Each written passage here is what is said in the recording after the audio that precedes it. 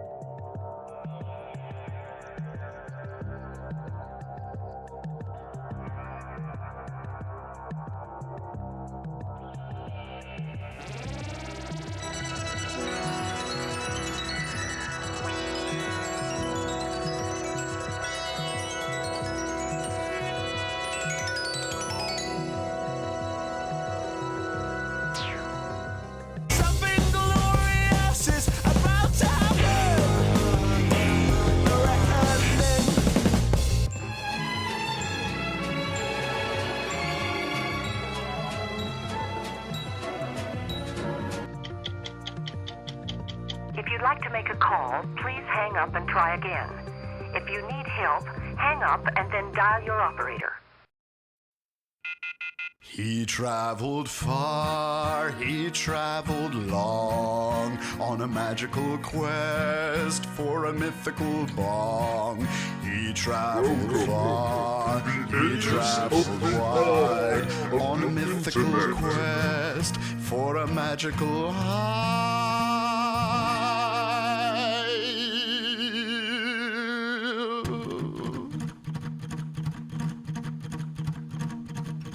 He traveled far, he traveled long, on a magical quest for a mythical bond. He traveled far, he traveled wide, on a mythical quest for a magical high. First of all, the only one who can talk shit out of all you fuckers is Wicker Man. And he gave me an out last night. You can't just drop that shit on me when I've been up 24 hours to begin with, you fucking cocks. Fuck you!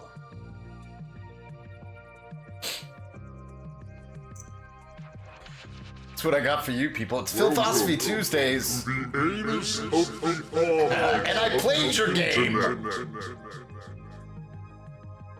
Panda, you bought me the game, I thanked you, and I said, and we played, and then you couldn't play anymore. So you just want me to be on when you're sleeping? Wicker Man is a little bitch, bro. For real, I wouldn't have let that slide. Listen, dude. I was feeling fucking sick. I had already been when I got hit with that. And I was planning to go, and then he was like, "Yo, you want to split this up for another time?" Which I have to. And my whole week would have been killed.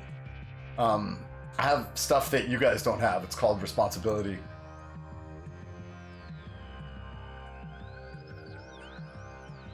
Yeah, but Panda, that didn't happen. How many hours deeper are we? 11 and a half. I think I did 11 and a half yesterday. So we still have, like 24 and a half hours to go? I think it was 11 and a half. Yeah.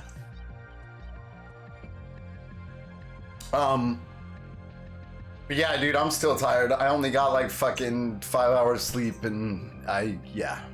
But what I'm gonna try and do on Thursday is do that 24 hour till the next day.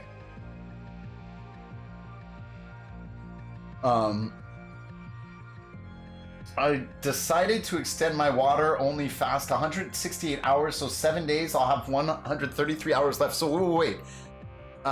You did a fast for 7 days. Now with the water only, are you doing like any lemon or like Cajun, anything? Is it just water? Or are you eating anything at all? That's impressive. That's quite impressive. My dad used to do that stuff. I think he fasted. I think the longest he went was probably 8 days. And there is a lot of people that believe that the spiritual, like, does ramifications always connotate negativity? But the spiritual benefits that you get from that, or it's just unsurmountable.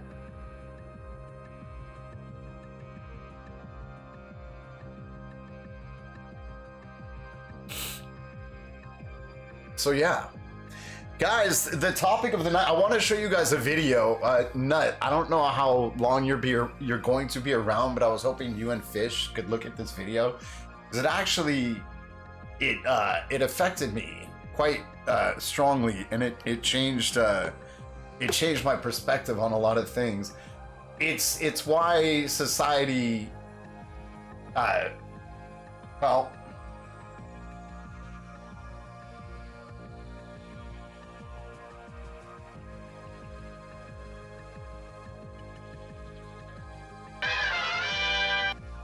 what a great summary. I mean, it's 12 minutes. I wanted more people to be here so I don't have to play it again, but I really wanted you guys to watch this, because it affected me, you know. why being intelligent is hated by society. And I'm not claiming that I'm like some super smart guy. I'm just saying some of these experiences that were explained were a little like, wow, that's really eye-opening.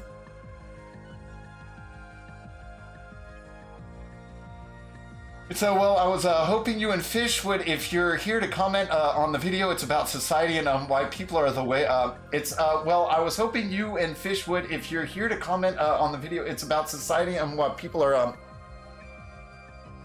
you sat down and wondered why being smart sometimes feels like a curse?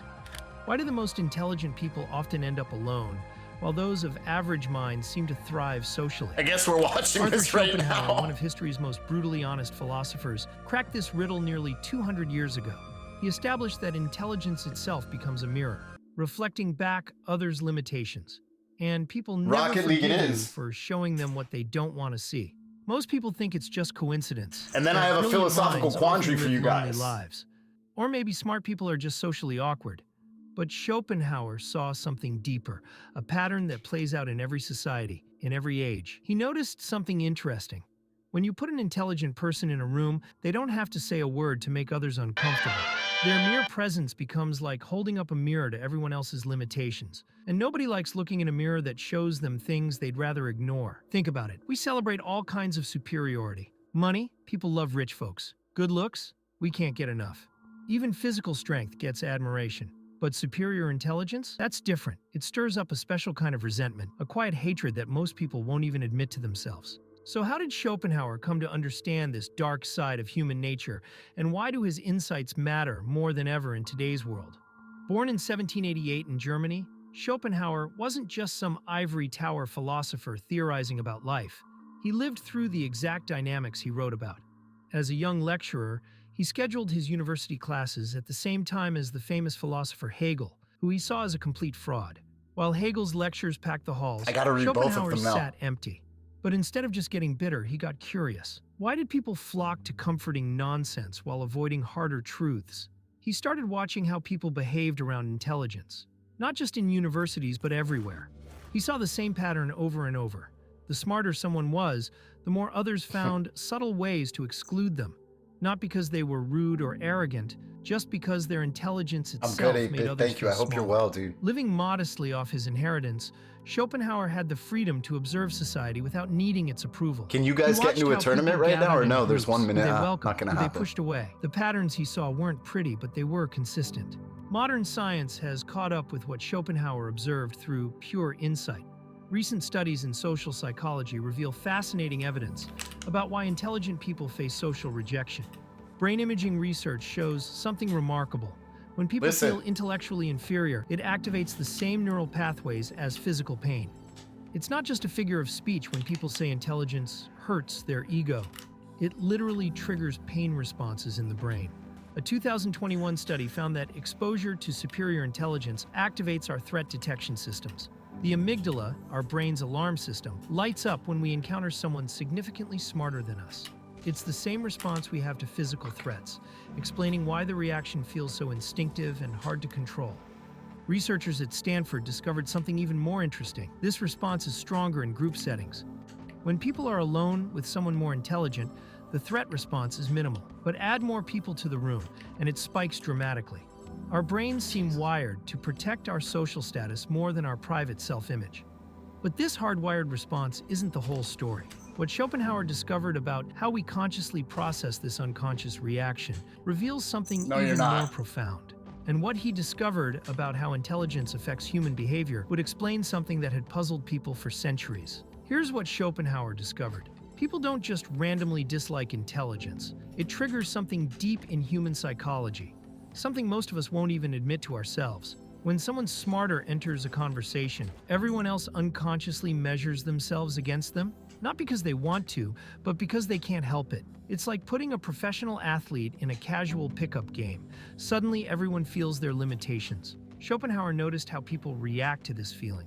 They don't say, "Wow, this person makes me feel dumb." Instead, they assume the intelligent person looks down on them. Even if the smart person hasn't said a word about their intelligence, others feel judged just by their presence. And here's the really fascinating part. The smarter someone is, the less they might actually judge others. But that doesn't matter. People react to the mirror intelligence holds up, not to any real judgment. It's why you'll often hear things like, they think they're so smart, about people who've never claimed to be smart at all. Yeah, like but fish why do and we nut. react this way to intelligence They think they're so when smart. other kinds of superiority don't bother us nearly as much? Schopenhauer noticed something fascinating about how intelligence affects men and women differently in society. While both face rejection, the dynamics play out in unique ways. For intelligent men, the rejection often comes as direct confrontation or subtle exclusion. But for intelligent women, Schopenhauer observed a double bind. They face resistance not just for their intelligence, but for breaking social expectations about how women should present themselves. He pointed out how society often forces intelligent women to choose Yes, between women, being stay liked and being dumb. respected.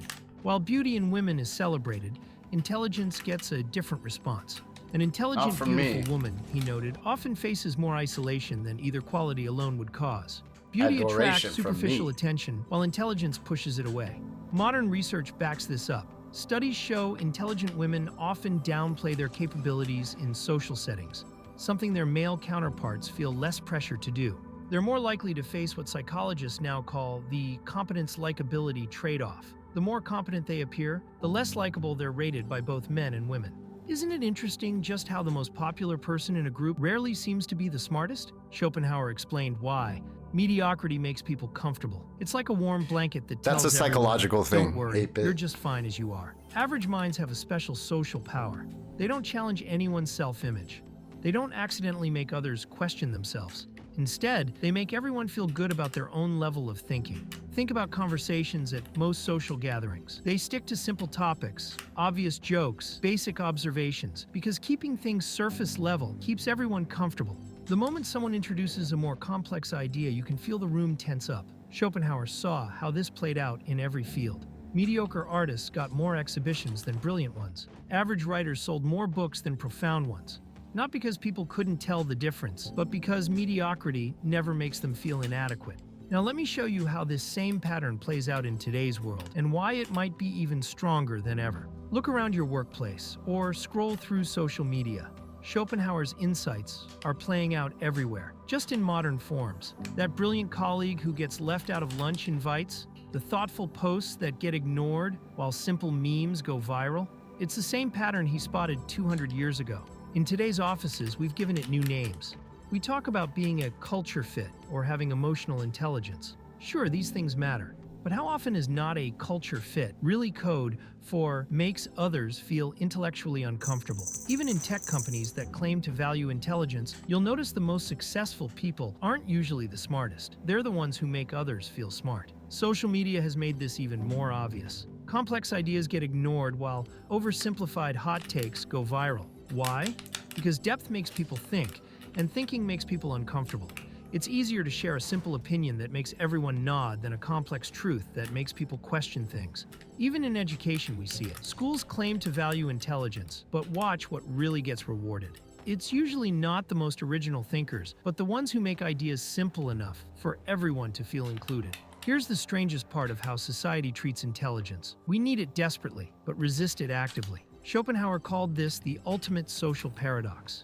Every society celebrates its geniuses after they're dead. Newton, Einstein, Marie Curie, we put them on pedestals now. But during their lives, Newton was notorious for his lack of friends. Einstein was called a fool by his teachers. Curie was rejected by the scientific establishment. This paradox shows up everywhere. Companies claim they want innovative thinkers, then reject ideas that challenge the status quo. Universities say they seek brilliant minds, then reward conformity over originality. Society needs progress, but This is fights all the true. very people who create it. Schopenhauer explained that intelligence is the only form of power that can't be controlled or predicted. You can regulate wealth, limit physical strength, even manage beauty standards. But you can't control what a truly intelligent person might think or discover next. Understanding this pattern doesn't mean you're doomed to social isolation. Schopenhauer wasn't just pointing out problems, he was showing us a map. Once you understand why intelligence creates social friction, you can learn to navigate it better. First, recognize that you're not doing anything wrong by being intelligent. The reaction you get isn't personal, it's a natural social dynamic. Understanding this alone can lift a huge weight off your shoulders. Second, learn to read the room. There's a time and place for deep thinking. Save your most complex ideas for people and situations where they'll be appreciated. This isn't about dumbing yourself down, it's about choosing your moments wisely. Third, find your tribe. Schopenhauer noticed that truly intelligent people tend to form small, tight-knit groups. Today, with the internet, it's easier than ever to connect with minds that match yours. You don't need everyone to understand you, just enough people who do. Some of history's most successful intellectuals found ways to bridge this gap between intelligence and social acceptance. They developed specific strategies that we can learn from. Take Richard Feynman, the brilliant physicist. He became famous not just for his genius, but for his ability to make complex ideas accessible without dumbing them down. He used simple language and relatable examples, making his intelligence inviting rather than threatening. Ada Lovelace, often called the first computer programmer, created what she called social laboratories, gatherings where intelligent people could interact freely while making others feel welcome to join and learn. She showed that intelligence doesn't have to be isolated if you create the right environment. Even Benjamin Franklin, despite his towering intellect, deliberately presented himself as a constant learner rather than an authority. He would often phrase his ideas as questions or suggestions, making his intelligence feel like a shared journey rather than a superior position. Now, let me show you how all this comes together to change the way you approach social situations. Look, being intelligent doesn't mean you're destined for loneliness. Schopenhauer wasn't telling us intelligence can't be learned. Hopeless. He was showing us reality so we could deal with it better. Think about some of history's greatest minds. Darwin spent years in isolation developing his ideas. Einstein worked in a patent office, away from academia. Marie Curie faced constant resistance. Yet they all found their way to make an impact, and more importantly, to find fulfillment. The key isn't to hide your intelligence or pretend to be something you're not. It's about understanding the social dynamics at play and working with them, not against them. Sometimes that means stepping back. Other times it means finding the right audience. Always it means staying true to yourself while being smart about how you engage with others. Remember, just because society often resists intelligence doesn't mean it doesn't need it. Every major advance in human history came from someone who thought differently, who saw deeper, who dared to be smarter than average. That's not going to change. Next time you feel that social pushback against your intelligence, remember what Schopenhauer taught us. You're not doing anything wrong. You're just holding up a mirror, and how others react to their reflection isn't your responsibility. If this video resonated with you, share your experiences in the comments below. How have you dealt with the social challenges of being intelligent? And if you want to explore more insights from history's greatest minds, hit that subscribe button. We're just getting started. Nice shot. Hey, so when Albert Einstein was asked if he believed in God, students expected a firm no from the world's most famous scientist. Instead, he gave an answer that left Spinoza's God. We want to watch that real quick or no? them puzzled. I believe in Spinoza's God. What did Einstein mean? Who was Spinoza? I want to watch this. 17th century philosopher who was cast out of his religious community, end up influencing one of history's greatest scientific minds. 10 minutes. Long before Einstein revolutionized physics, a young man in Amsterdam sparked a different kind of revolution, one that would change how we think about God, nature, and our place in the universe. His name was Baruch Spinoza. In 1656, he dared to say something that got him kicked out of his Jewish community. God wasn't a king sitting on a throne in the sky. God was everything: the trees, the stars, the air we breathe, even us. People called him dangerous. They banned his books. Yet today, scientists like Einstein see deep truth in his ideas. Modern thinkers turn to him for answers about freedom, happiness, and what it means to live a good life. I'll take you on a journey through his remarkable because I'm interested in Spinoza's work and I want to read more of it. So we'll watch this and then we'll start discussing shit. We'll explore why his ideas were so revolutionary, how they shaped modern thought, and why they matter more than ever in our search for meaning. Let me start with the moment that changed everything. A warm summer day in July 1656 in Amsterdam, when a 23-year-old Spinoza heard words that would mark him forever. Standing before the leaders of his Jewish community, the words echoed through the synagogue. Cursed be he by day, and cursed be he by night. His crime was asking questions no one dared to ask about God. Born in Amsterdam in 1632, the young man grew up in a community of Jewish families who had escaped persecution in Spain and Portugal. His early life seemed perfect: top student in religious studies, brilliant mind for philosophy, successful family business. He read everything he could get his hands on, from ancient Jewish texts to the latest scientific discoveries. But his curious mind led him down a dangerous path. While grinding lenses for telescopes and microscopes to make a living, he kept thinking bigger and bolder. New discoveries by scientists like Galileo were showing a universe that worked by natural laws. Philosophers like Descartes were questioning everything we thought we knew. And that's when he asked the question that would change his life. What if we've been thinking about God all wrong? His ideas spread through Amsterdam like wildfire. Religious leaders saw them as a threat. Friends warned him to keep quiet. But the young man couldn't stop asking questions, couldn't stop searching for the truth. The price? Complete exile from his community. No family member could talk to him. No one could even stand near him. Most people would have broken under that kind of rejection. They would have taken it all back, apologized, done anything to belong again. It was different for him. He moved to a small room outside town, kept grinding his lenses, and wrote ideas that would shake the world. Let me take you inside the young lad's mind for a moment. So there's this teenage boy, already fluent in 6 languages, devouring every book he could find. Hebrew texts filled his mornings, Latin and Greek philosophy his afternoons. And at night, he'd sneak looks at the latest scientific papers that were shaking Europe awake. Amsterdam in the 1640s wasn't just any city. It was Europe's publishing capital. New ideas flowed through its streets, like water through canals. The youthful Spinoza soaked it all up. He studied Maimonides, a brilliant Jewish thinker who said reason and faith could work together. He read Descartes, who showed how math could explain the universe. Know what's fascinating? The same hands that ground precise glass lenses shaped some of history's most precise ideas. In his father's shop, he learned to take rough glass and turn it into perfect lenses for telescopes. Each lens needed endless patience, careful adjustments, absolute precision. Sound familiar? It's exactly how he built his philosophy, taking rough ideas and polishing them until they became crystal clear. Now, let me tell you what made these ideas so revolutionary that people are still talking about them today. He looked at the world differently than anyone before him. While others saw God as a mighty king ruling from above, he saw God in every leaf, every star, every breath of air.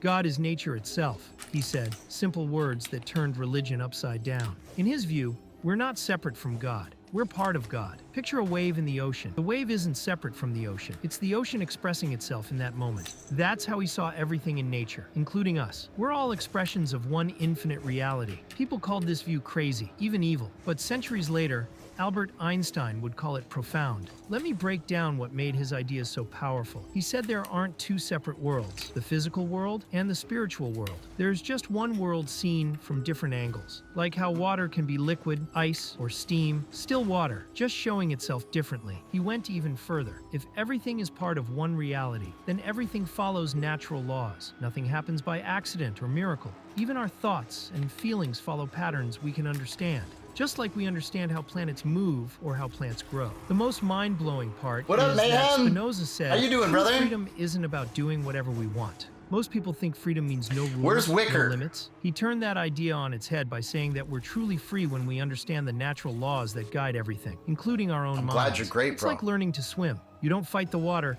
you work with it, understand it, move with it. Ever tried to read the most dangerous book of the 1600s? Spinoza's Ethics looks more like a geometry textbook than a revolutionary manifesto. Page after page of definitions, axioms, proofs. Why? Because he played a brilliant move.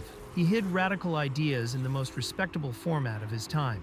Think about it. Who could argue with math? If A What's your thoughts on the carnivore diet? I then think the best thing you can do is balance your diet. He showed they weren't just opinions. They so followed if it's logically, all like solving an equation. red meat and stuff like that, like that's gonna fuck you up after a while. He starts with God, proves God must be nature itself, then builds step by step to show why humans can find true freedom and happiness. Religious leaders banned the book immediately. Yet copies spread across Europe, passed secretly from hand to hand, influencing everyone who read them. Now, these ideas weren't just abstract philosophy. They led him to some pretty radical conclusions about how to live a good life. Like, I love my red meat and everything, but you gotta balance all that shit out. Control. Spinoza cracked the code on this centuries ago. He said our feelings aren't random. They follow rules just like everything else in nature. When we understand these rules, we gain real power over our lives. Take anger, for example. Most people either try to fight it or just let it take over. I read great testimonies from people that's done it 20 years plus. Yeah, hey, look, where does it come from? What triggers it? Once you understand this is just my personal belief that if you eat one type of food your whole life, no matter what it is, it's going to fuck you up. Think about happiness.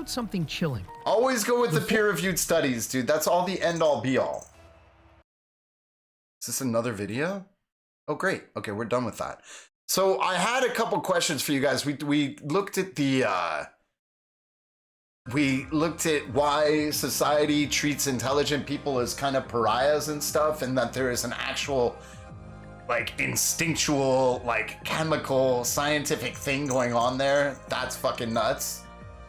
And then the question I had, a little bit of a segue, but if you guys were blessed with $1 million right now, how would that change your lives? I would like to hear. And there's a reason also why I just made it $1 million, right? Because it's like feasibly, I think people could. I mean, you could retire off of that, I guess, but it's, you know, you'd have to fucking budget pretty hard, I think.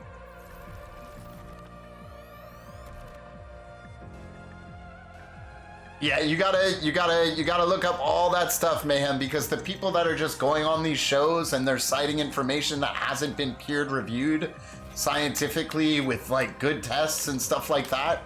Because I can promise you that those guys, fucking anyone who's saying that like if you eat meat all the time and it cures diabetes and is a doctor, I would question their credentials. Because that just does not make sense to me.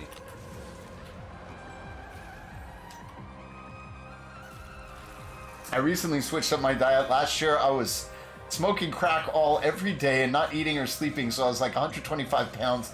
But I got clean and I would just basically eat and sleep, so I blew up to 215. So now I'm a little overweight, so I'm trying to eat smaller portions and count calories and all that. That's good, dude. I'm glad you're not on that fucking rock anymore, dude. Yeah, bro. That'll do it. Glad you got off that shit, homie. Jesus. Rough ride.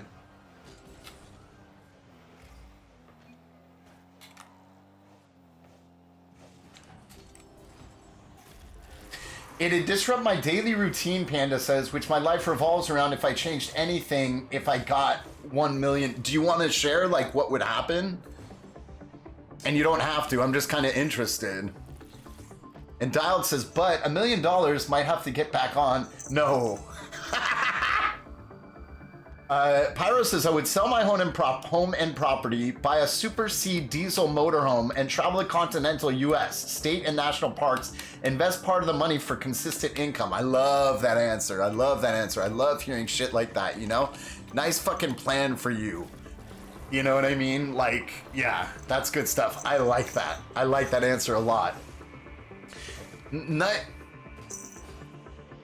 says his lifestyle wouldn't change at all. I don't know about that. You toss most of it in index funds? What are index funds? And are they a dangerous play? The question is, how would your life change if you were blessed with $1 million today? Like, you just boop, you just have this extra $1 million in your bank.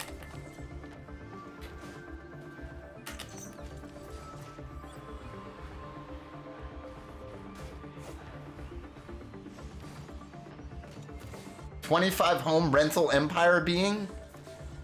Yours wouldn't either, Wax Sauce? I have autism, which is part of my daily routine. More important, otherwise I'd shut down. Sure, of course.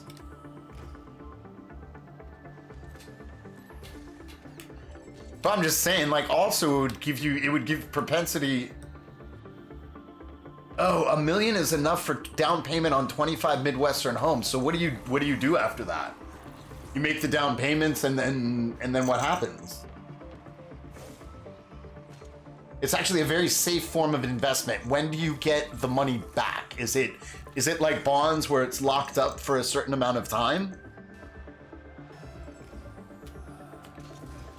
Thousands. No, I definitely start investing most likely in a properties. Pardon me.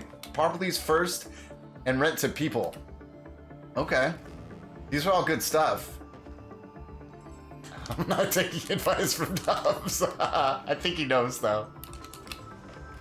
I literally have claimed bankruptcy. Hey, man, that's okay. You know, like, dude, a lot of very, very smart people have fucking life problems like this. You know, before my mom passed, my mom and dad are very, very smart people. And before my mom passed, they were about to declare bankruptcy. So it's like, a lot of times it's not indicative of someone's intellect.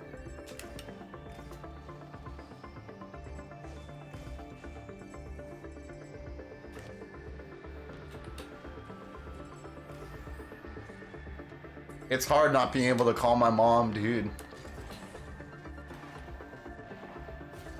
But this is life, you know? And I'm very, very happy that I've been working so hard on my career activities. I'd finally stop paying rent, Mayhem says, and invest in things that build passive income, and me and my family would eat a lot better, struggle a lot less. These are all like, I'm happy that I'm hearing these answers because they're like very cogent and logical. And the reason why I limited it to $1 million because it's like, it is life-changing, but it's not life-changing to the point where you're gonna have no problems, far from, right? Waxsaw says it never gets easier. Respectfully, I think like for me, if I had it, dude, if I had $1 million right now, I can guarantee you shit would get a lot easier for me. Like, not necessarily easier because I'd want to work harder, because that would be like getting a production team, and I would be reinvesting into production like big time. So it'd be more difficult, but just as far as like joy and happiness, it would be a lot easier for me. Oh, I'm sorry. You meant, no, I meant missing your mom. I'm sorry, dude, and thank you for that. Yeah, I know. I'm still dealing with the shock, you know, it's been under a year.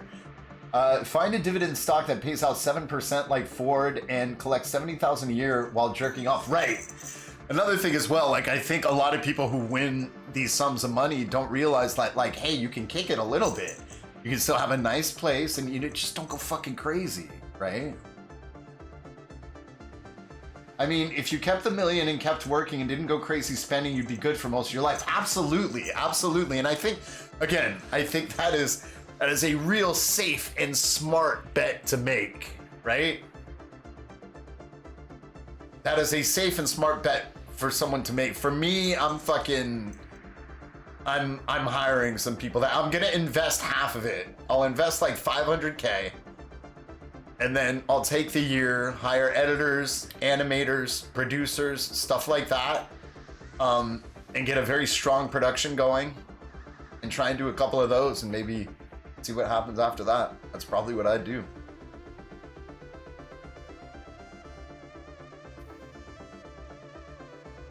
My stepdad would do $1 million in the scratchers at the local Blow and Go.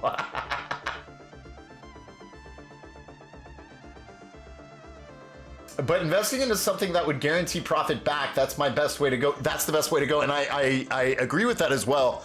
What you guys have to remember is like those safe bets, right?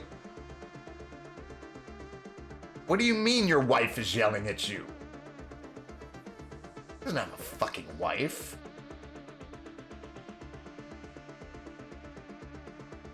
Guess it's like that, fish.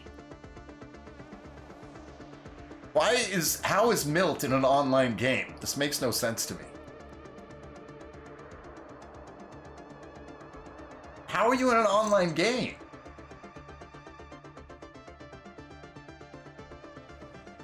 Oh, he's totally memeing you. Oh, he's totally memeing you. But he had to go anyway. Dubs, you got a sec? You want to roll? Nut is married to his mom. Well, his mom's hot, I bet.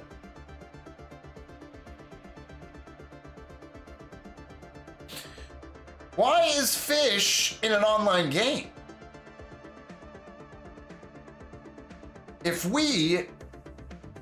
I'm in that private match you started. Can you get the fuck out? I've had my head in my mom's vagina 24 years ago.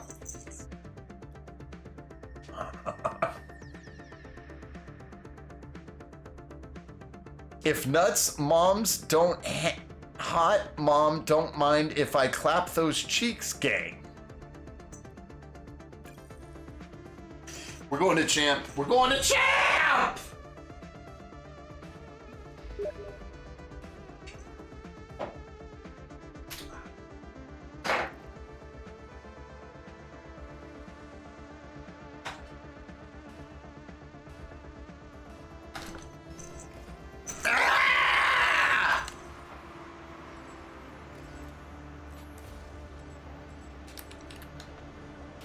I think I could have saved that.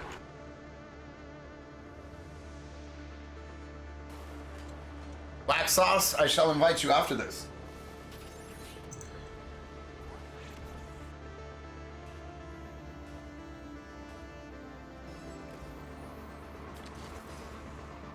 I can thankfully say that I've never done that.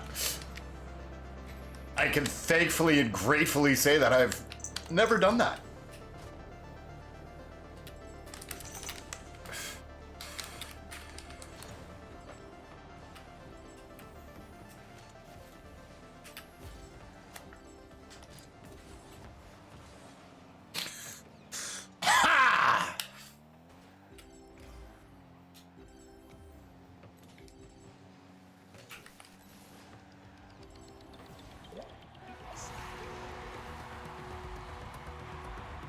I thought you quit smoking. I am getting through with what I have, and it's gonna take me a couple weeks.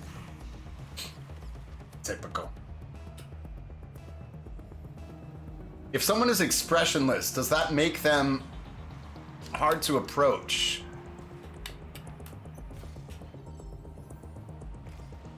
It's kind of hard for me to say, bro. Like, a couple of things with me, like, I feel like I'm a really good judge of character, especially initially.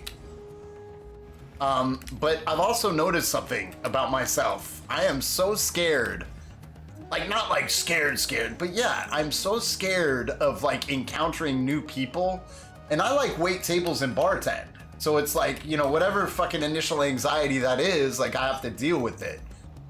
But it's like, what I'm saying is, like, my guard is so up that, like, initially I'm judging the fuck out of people. You know, I'm judging, and a lot of the times, like, you know, the things that I'm judging about, like, I'm just incorrect about. And there's like a fear, and I think it's like natural that, you know, people, there's fear there, you know? And then once you get over that hump, you realize the connections and the similarities with people, but not always. Like, I think, pardon my French, I honestly think most people, if I got to know them, I wouldn't want to kick it with them. You know, that's why, like, here, you guys come in and you're my people, you know what I'm saying? It's people like you I want to kick it with. You know what I mean? But most people in my experience, even if they're generally good, they're just a little too selfish for me. They're a little too, like, I don't know. There's just a lot of, I think, like, I care about people and I love people on the whole and I want what's best for people on the whole for sure. But, like, I think most people I just would not want to spend time with, dude.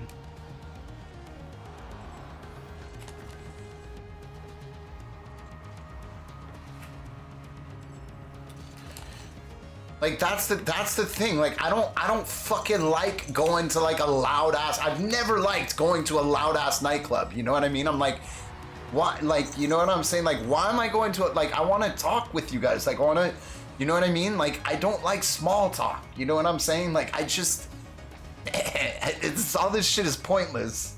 I love people's holes too, indeed.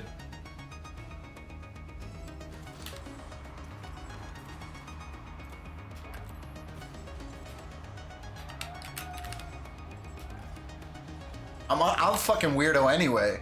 You know what I mean? So it's like, it's good when I can find my people. That's for sure.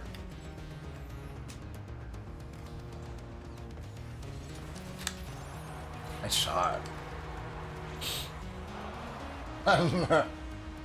It's so much easier to talk to strangers than it is to speak to people I know really well. That's interesting. Why do you think that is, Pyro? That's really interesting. What's up, Coletti? How are you doing, bro? Loud-ass clubs are basically the same as Tinder. That's another thing too, dude. I don't like sticking my penis in strangers, dude. I'm weird.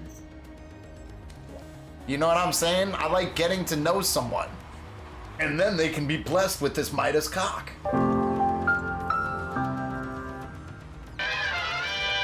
Weird, why? You different? Because everyone is different, so everyone is weird.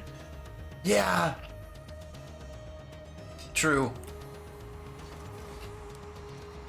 Everyone is unique and special.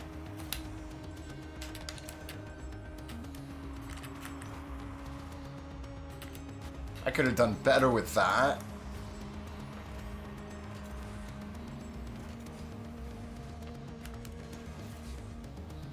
That's fucking lovely. What an angle. What an angle, motherfucker!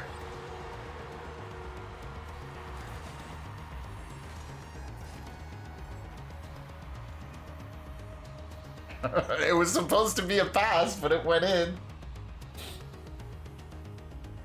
It's easier because they don't know you or judge you right offhand. Well, strangers do. That's all that strangers do. Like, we all judge. It's what we do with the information, right? So I judge, but I like, you know, I realize that I'm judging. I'm judging myself against them, and I'm probably in a bit of a state of not seeing the whole truth. So it's what we do with the information, right? But we all judge.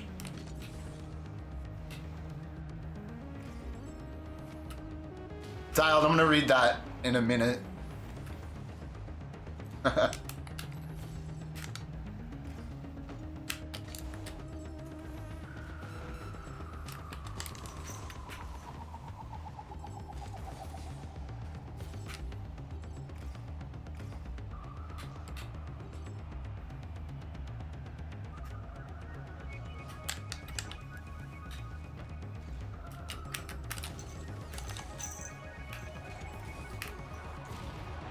Oh!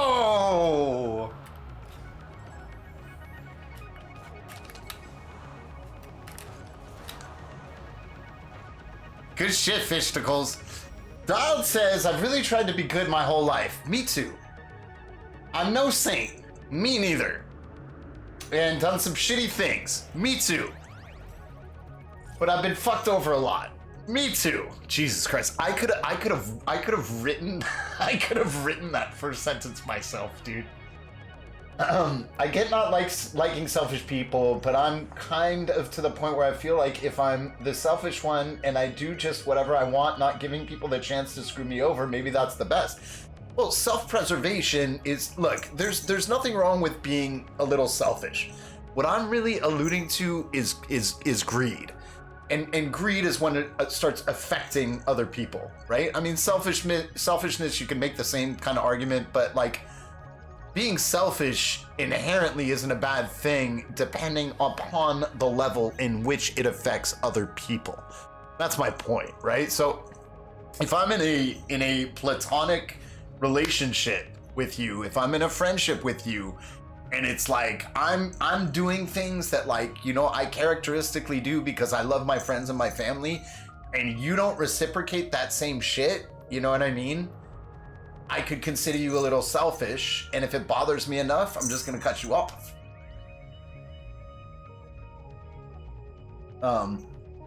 So yeah, there's nothing wrong with, like, being a little bit selfish for ourselves, you know, or even a lot. Look, dude, you need to take care of yourself, stay healthy, protect yourself, and be selfish before you help other people anyway, right?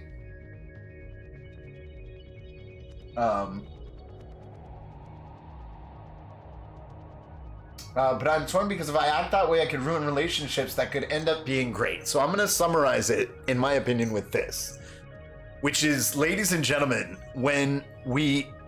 vulnerability is strength. When we are able to put our ego aside with the possibility of being hurt for the prospect of developing a better relationship with another human being, that is an act of strength. And I implore you guys to do that more often than not, right? Like, we all have our guards up and there's fear and stuff like that. And like, Dialed, you don't want to get taken advantage of, okay? And that's fair. Absolutely fucking fair. But do not blow the opportunity of a prospect of a wonderful relationship with another person based on your fear and based on past relationship with dick asses. You feel what I'm saying? It's like, you know, people have come in here and been like, all women are bitches. You know what I mean? And it's like, no, I've been cheated on by so many of my girlfriends, my ex-girlfriends, and I've been done dirty by so many of my ex-girlfriends. But guess what? I realize they're flawed people, as I am a flawed person, okay? And I realize it's not all women that are like that. That's just the bottom line. It's just the issue is this. Males and females speak a different language inherently. The way we communicate is a little bit different, right? That's why honesty and communication is the key. You gotta get through that as well. But that being said, there's pieces of shit in both genders. You know what I mean? And that's the fact. So don't utilize the experience of like, I got cheated on or someone fucked me up and blame that whole, you know, sect of people, because you're blowing it for yourself, dude. You know, you're not giving yourself the opportunity to maybe find someone that's actually really good. So it's a medium, right? You've got to find a balance of being able to protect yourself, maybe letting someone in a little bit and so on and so forth. But I'd say don't give up on those good people. They're out there, you know?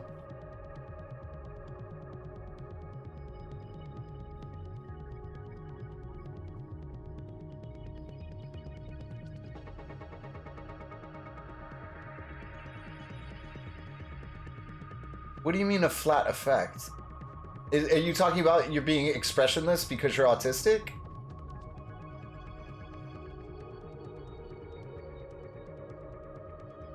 Yeah, it's like, and that's another thing, right? We're all dealt with different cards to play with. So if that's the, like, let's say that is the case, Panda. I know I have autistic friends in here that I mean, I've had experiences with friends that like really enlightened me. They were like, dude, I'm autistic, and that's why sometimes, you know, I don't get certain social cues or like so on and so forth. And it's very enlightening, right? And I think even if you just have the willingness to like do better, generally speaking, for yourself and for others, it's noble and it's honorable, because there's also a fine line. A lot of people take their neurodivergencies and handicaps and really, they'll take advantage of other people utilizing that. And it's like, part of it, it's like, you can't blame some of them, because some of them just, all they know is survival. You know what I mean? But like I said, bro, it's you know, yeah. Don't cue yet? Okay. Baby time. Men are simple, just say it. Women will dance around it. Sure.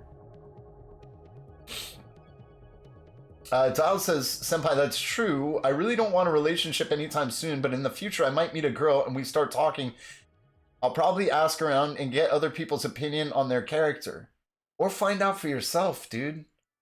You know what I'm saying? Like, I mean, like, there's nothing wrong with that, of course. If you're in a circle and you're interested in someone, you're gonna ask about that person. Absolutely, obviously. My last relationship, I knew the girl for 7 years and we got together and it was going good for a while, but after a bit, she showed a side of herself that I never saw. Of course, dude. People wear masks their whole lives, you guys. People wear masks their whole lives, their whole fucking lives. Sometimes those masks fall and some crazy shit happens too. A lot of the time, also, you're going to be involved with someone that, you know, they say they change, and some people do change, of course. But think about this as well. What if that person was that person and did not realize they were that person until certain extenuating factors showed them that they were that person? Then they decide, hey, I don't like, what if they're so narcissistic, you know, they thought that they were like, you know, doing good and like stuff like that, but it was all, I don't know, you know what I mean? People not only change, but people are duplicitous, and people will cover that shit for a long fucking time, bro. I went through, dude, they're seedy, man. I don't get sarcasm very well, and I don't get social cues. So I think it's something that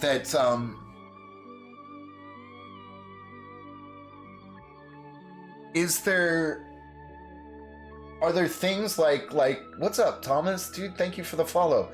Are there things you can do to make that better for yourself? Like, I would assume that there's like, maybe some sort of, like, I don't want to say therapy because it doesn't seem like it's like a... Yeah. And that's a frustrating thing, I'm sure, dude. My therapist has me just try smiling, but that didn't really go as planned. Yeah, I think, you know, I think it sounds like my gut tells me that you would like to intellectualize it. You know what I mean? Like, you want it to be genuine when it fucking happens. You're a good person, Panda. You know what I'm saying? So it's like, you know, but again, I'm no therapist, and maybe it could be like fake it till you make it type thing. But I feel like maybe you want to make that connection of like, you know? I think it's definitely something you should probably explore and talk about, you know?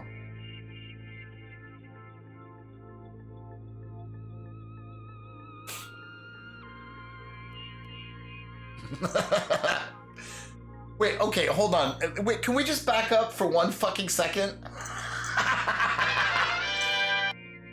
Panda?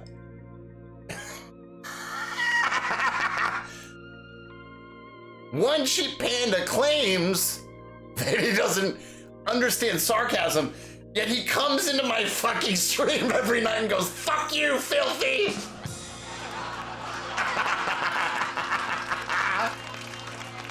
I should mention that with my therapist and see where it goes. Yeah, for sure. I feel like maybe you don't give yourself enough credit because you're not just saying that, dude. That is a prime example of sarcasm, dude. Damn, he actually means it.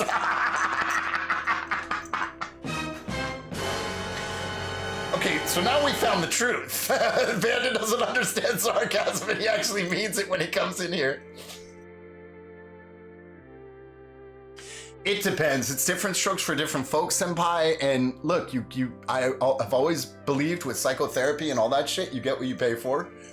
And that, yes, dude, I've gotten more out of other things than I have therapy, but I also can't knock some of the help it's given me also, you know? I never said at all, I just said not very well. Well, when you listen, you can wear this like armor. When you come in here, that line right there, I mean, it's like, of course, you know, I do that too, but it's like, you're one of a few who just does that when they come in, and it's just hilarious. And just realize that you got that one. So that's a victory, I think, because you fucking make me laugh with that, that's for sure.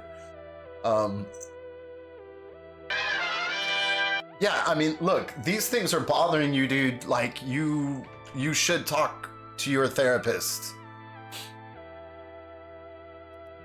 You should talk to your therapist. Because I think maybe there would be more help on the horizon for you in that regard.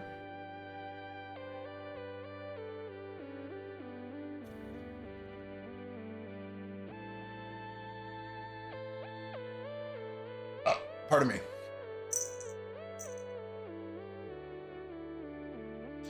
You know, and also another thing, Panda, is when you do start getting to know, like, I'm glad that I know that about you now. You know what I mean? Because it's like, I like you, and my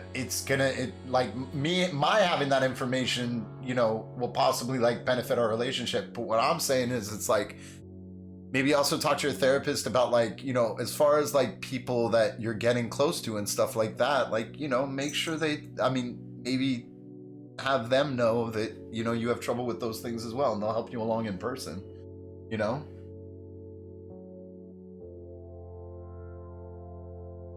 Oh, senpai, that's such a generalization, dude. I didn't have a serious relationship after my fucking... Yeah, dude, I mean, at least I'm not like that, dude. I can't be like that. What's up, Josie? I come here for my therapy. No, yet. Is Fishy ready? I think Fishy is still on baby time. Yeah, What's that, Dr. Pepper? Fishy's still on baby time. That's that Dr. Pepper. Wicker, you fucking piece of shit. I'm so sorry. I feel so bad. But listen, here's the Wicker gifted me 50 subs last night because I said that I would do a 36-hour stream if someone did that. So now, just a couple things. In my defense, I had already been up almost 24 hours already when that happened.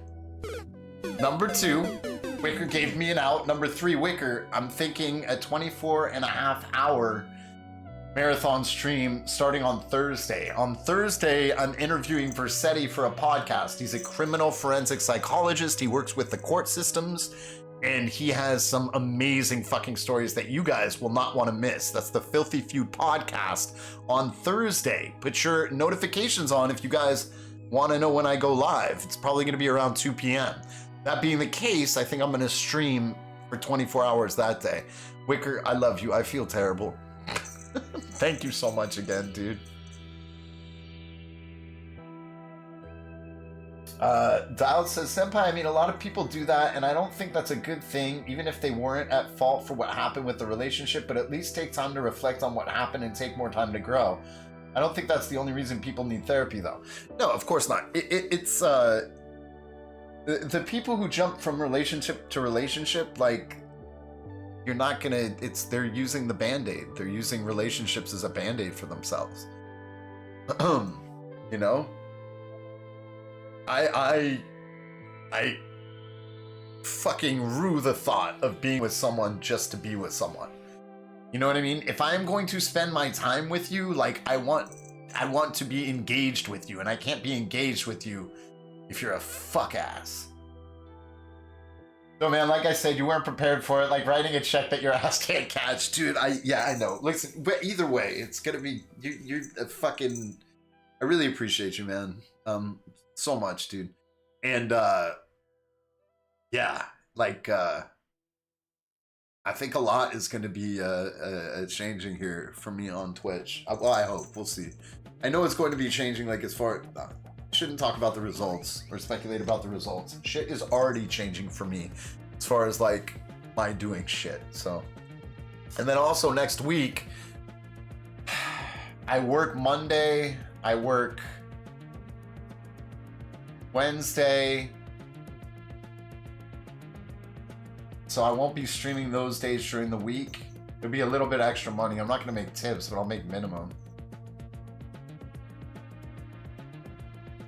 Are these the 5 most important things in a relationship? Communication, respect, boundaries, trust, support. I would say honesty and communication. You know what I mean? You could be communicating when you're full of shit, but if you're not honest about it, that's not your ideal. Yeah, honesty, communication, respect. I mean, yeah, boundaries are important, but again, it's like,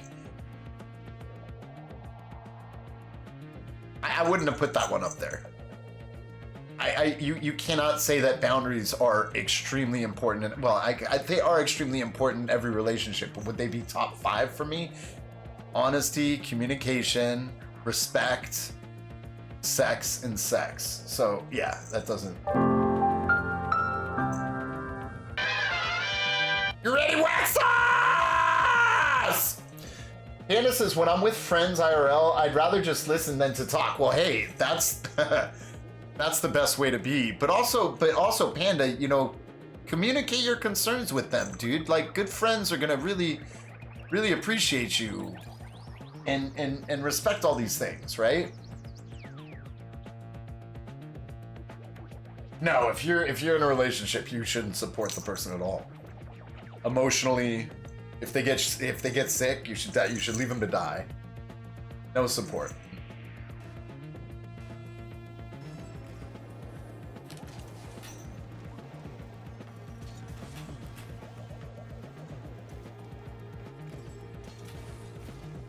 And speaking of, man, like, fuck, dude, there's some fucking legendary people out there. So I used to work at this deli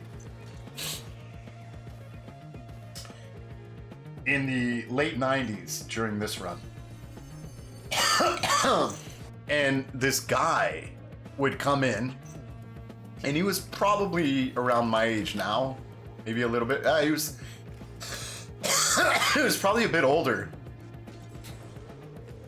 but he would come in to the deli with his wife, and his wife had definitely like some like severe neurological condition. She would like trod about the floor like step, you know, like real small steps. And I just like, she would literally like, he'd be holding her arm and she'd just be like, you know, just like walking like this, and she wasn't even like, she was his age. Like, she definitely had some like neurological stuff going on. And I was looking at this dude and, you know, observing him all the time, and I would wait on them and try and make everything like as good as I could. But you know, just the look of like stress and kind of like just fucking pain on this guy's face. And it's like, I always thought that dude was such a fucking hero, man, because it's like, I know it's obvious, like when you love someone, you're gonna take care of them and so on and so forth. But it's like, some people just really fucking blow me away, because so many people are so weak that they would have walked away from that situation. You know what I mean? And he stood by like his wife, you know, this person that he professed his love to through thick and thin. You know what I mean? Like, just like my dad did with my mom. There's different people out there, you feel me? There's the ones that fucking step up, and then there's pussies.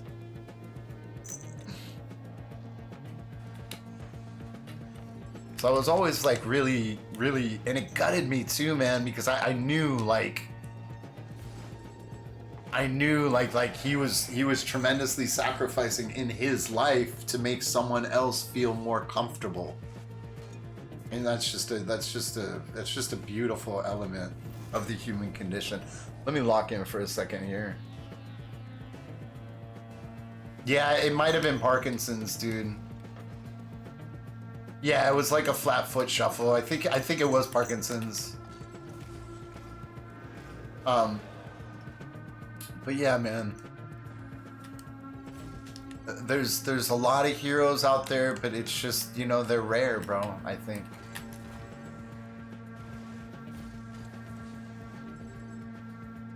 And, you know, like, it really puts perspective, like, you know, the things that, you know, people have to deal with, like special needs kids and like stuff like this, man. Like, fuck, dude, like, you guys are heroes. You're heroes. Anyway, I'm gonna move on.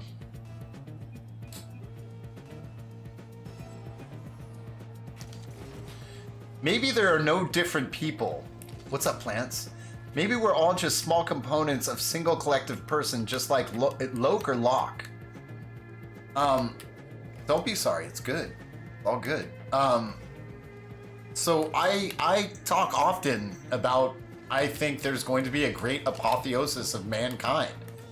And I think we as humans are moving toward a singular goal. And I think colonization of the universe is part of it. But I think ultimately it's a return to what created us.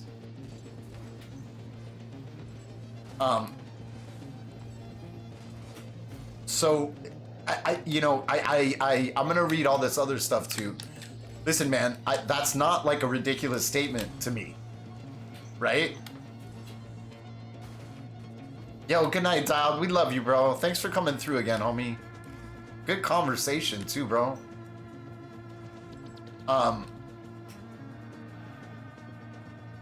Yeah, like, okay.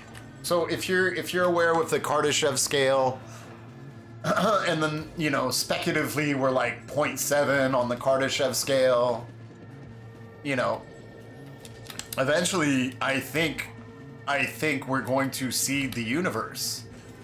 And as we seed the universe, like, okay,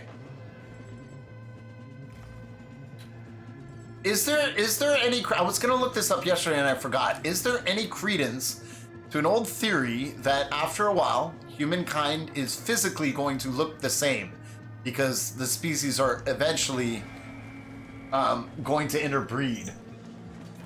Is there truth to that?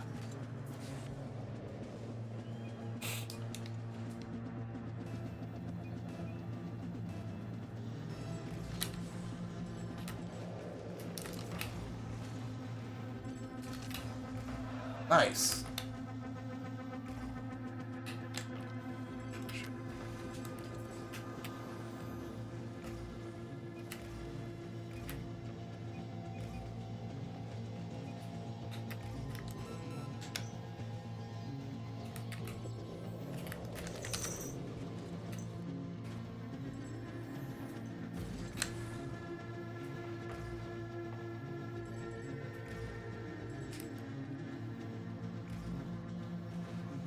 I got it.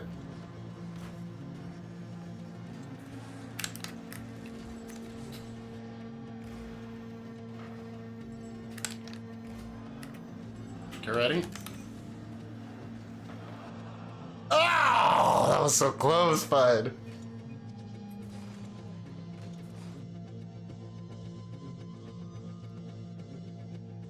That theory doesn't account for human prejudices. I don't know, dude. Like, after a while, like, the thing is, we are actually becoming more tolerant, believe it or not. Though it's tumultuous, we as humankind are becoming more tolerant, which means understanding. It's just an inevitability. And with the construct of social media, that's becoming more and more. It is tumultuous. I get it. Plup, I fucking love you, dude. How was the stream, dude?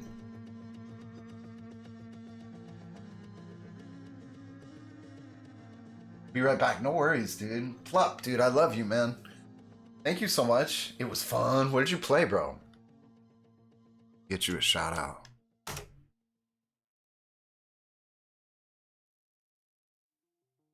Okay, give us a second. Let me reread some of this stuff. 8-Bit says, my number one issue is commitment. A lot of my relationships, or the majority of them, have been online dating. Mostly dating apps, and many, if not most long relationship, I just can't get attached to someone, then feels pressure to meet them when it's hard for me financially. I fall for this before. One time I was pressured to visit another country after months to a year of dating this guy, and I just felt like I couldn't do it. Yeah, bro, look, dude. That's the story of my fucking life, dude. Like, having opportunities to, like, or not having the opportunity to travel and, like, see a girl, or, like, go somewhere with my girl or something like that. You know, for me, I can only say personally, like that's still the case. Unfortunately, I'm a broke motherfucker. But that being said, I am trying to better my financial position. You know what I mean? As we all are, but, like, you know, I know it's more than finances, but yeah, dude, like, I get that predicament so much, dude. Like, I was supposed to, yeah.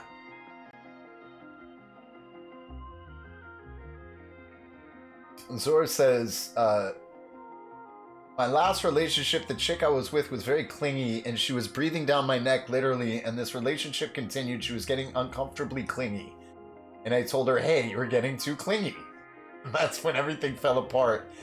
And I said it in a nice way as possible, and she kept doing it, and I couldn't take it anymore, and she was still breathing down my neck close, and yeah, it made me uncomfortable. Yeah, look, dude, like I said, you communicated, and she wasn't able to accept it, so that's that, you know?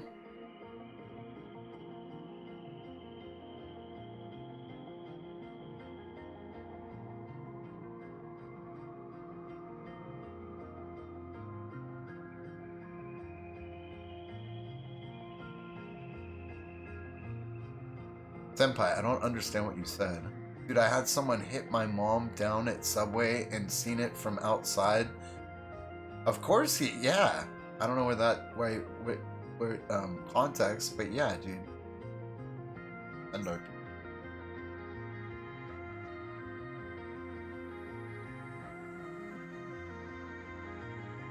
I believe we are all moving toward the same goal. Unfortunately, that goal is looking out for ourselves and loved ones. We have the same goals, but they're not necessarily all aligned. Yeah, but there's kind of like a super subconscious that just automatically dictates something different through the advance of technology and everything, right? We are still evolving. Our technology is still human evolution. You feel me? So it's like yes, like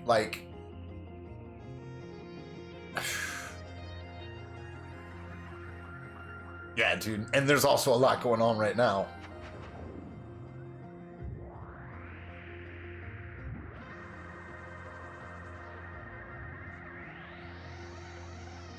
What kind of chair do you say? Hey, what's up, Trevanda? Welcome back. I had so much fun last night. I'm on my bed, dude. I've got a green screen cloth on my bed and then a green screen on my wall, and that's why I can bouncy bounce. Last night was great. Yeah, man. Are you back, Wax Sauce? Yeah. How are you doing? Bro, I was fucking so tired. I was so tired. So I'm gonna have to do a 24.5-hour stream from Thursday to Friday now. Did I ignore you? I'm sorry, buddy. Good, okay. I'm distractible. I'm now!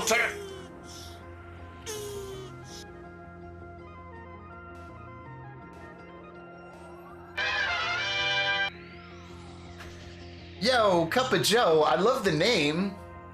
Thank you so much for the follow. How are you doing tonight? Ow, Panda, you piece of shit!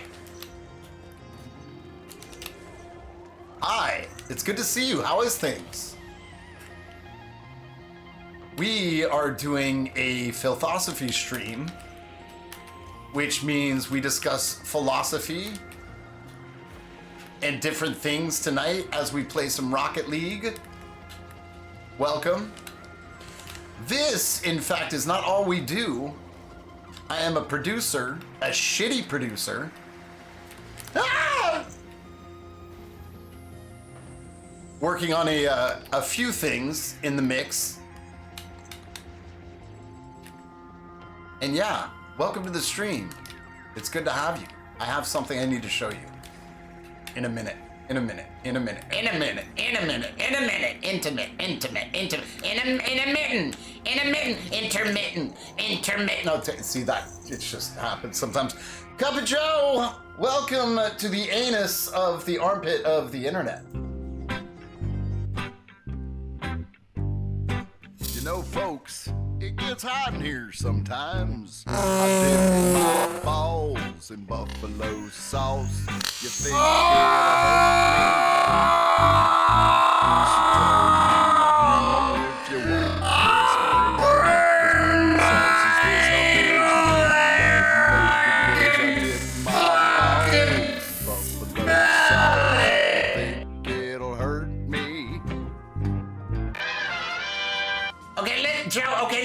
Okay, listen, Joe. Whatever happens here, it's not my fault because I was born this way. Okay, so it's not automatically. It's not my fault.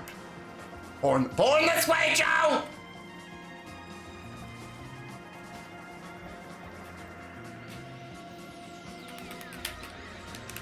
Born this way again, up to the end. What did you do to my friend?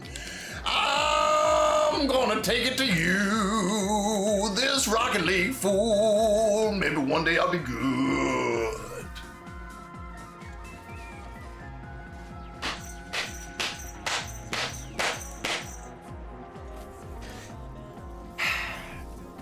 Hey man, I fart to a lighter every Sunday before bed. It's impressive. You're like my brethren. This satisfies me in unusual ways. Is that what you guys feel? Satisfaction in unusual ways when you watch the stream? Joe, I thank you for this because it changes things for me. I feel satisfied. Panda does it. Hey, but yeah.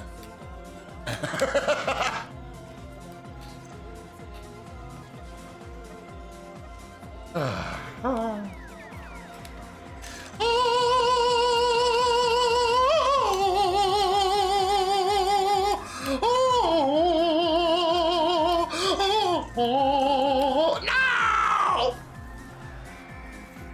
I'm his favorite ex-girlfriend. Not yet, you're not. You're my favorite. You're not my ex yet. You're not even half satisfied yet. Now I'm just embarrassed. Not my fault, born this way!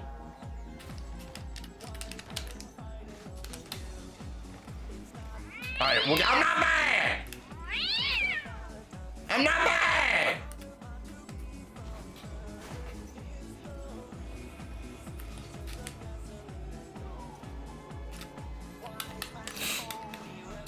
Alright, so let's see. Tomorrow,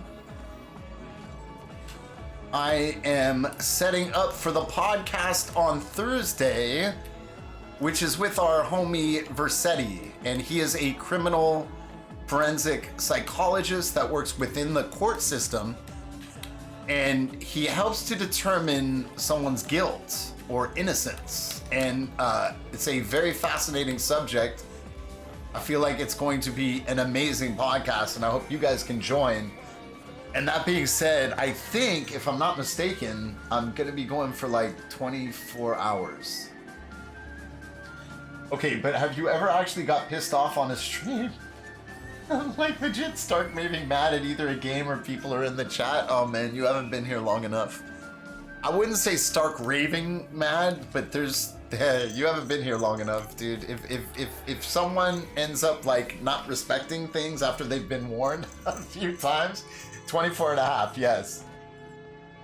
I have been known to reprimand people in an angry fashion, but it's rare. Like, it's rare for me to lose my temper.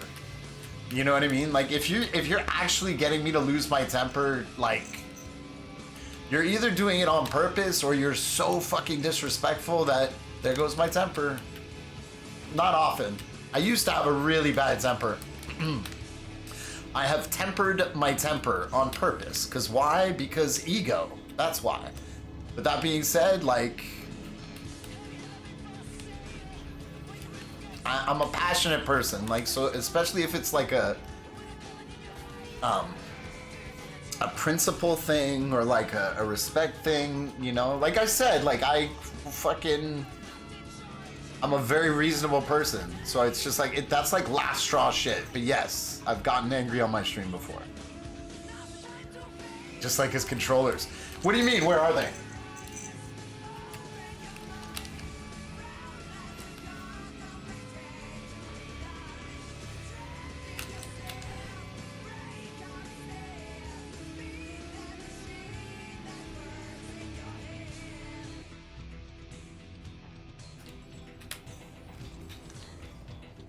Okay. I am the reason for this, and my apologies, sir.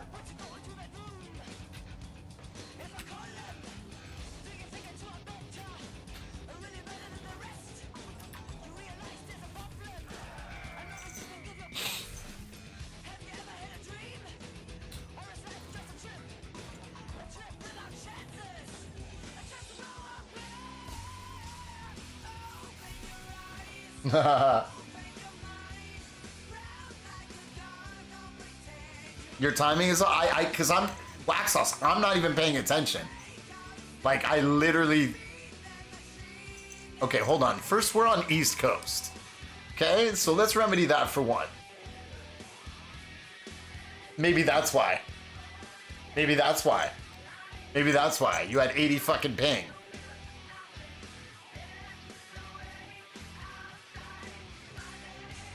Fucking Spire, you beautiful son of a gun. We can also start with cash if you want. Let's start with the cash.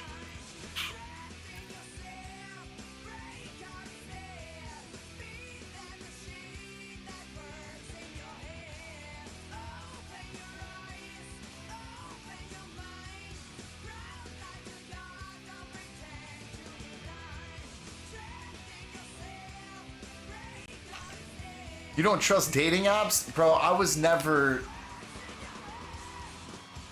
Yeah, it's just fucking shit's just weird, dude. Everything's so fucking weird. Nice shot.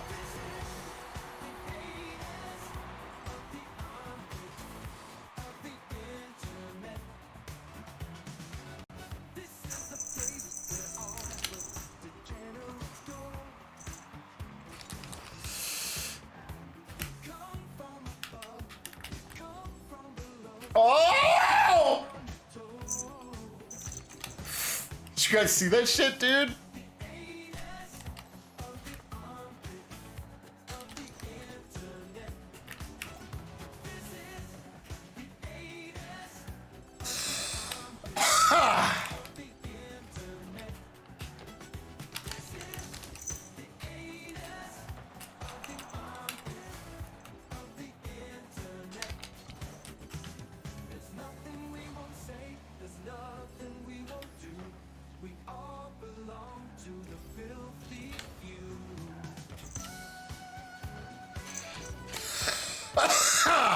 Did Scruffles put this on?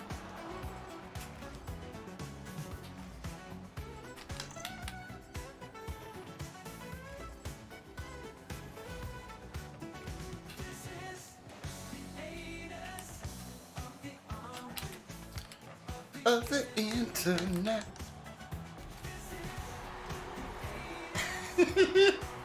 That his dude threw me off.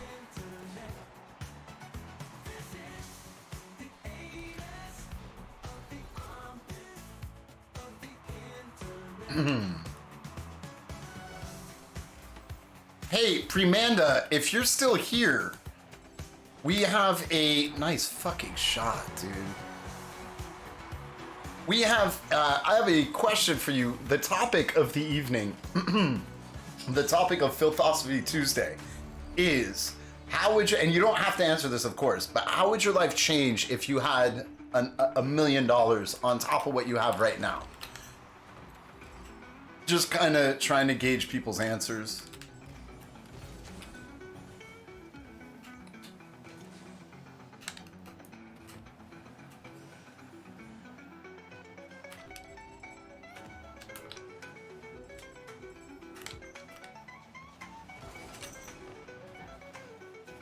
Oof.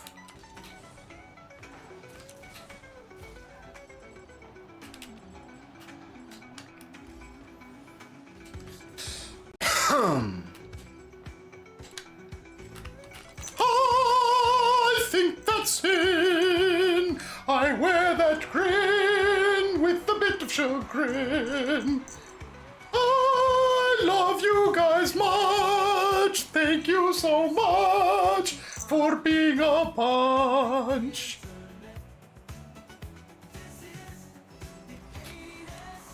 Hey, Scruffles, will you make us another song on AI?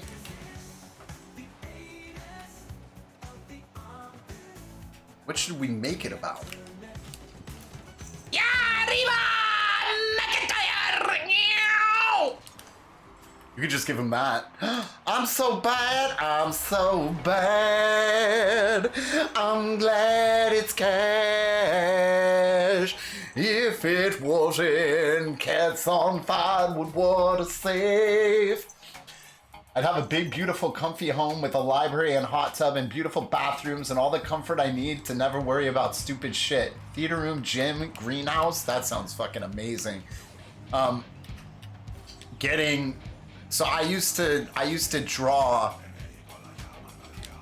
Yeah, Wicker! I used to draw my dream house when I was a child. And there was always this facet of having the pool half indoor, half outdoor. And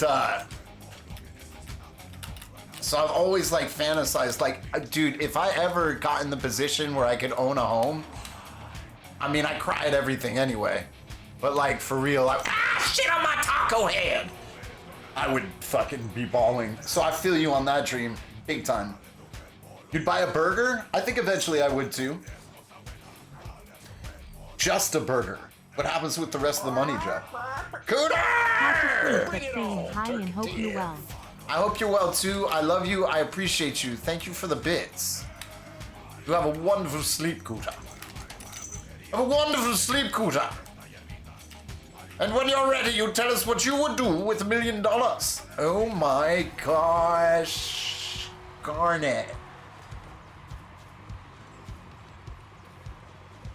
$1 million burger or $1 million burgers? Do we have to? Is this a fight? Is this a fight? Is this?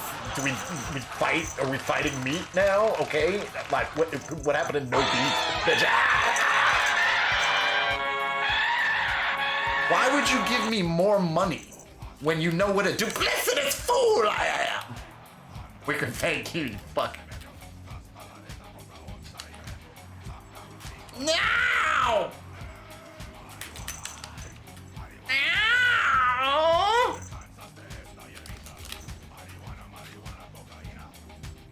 Marijuana!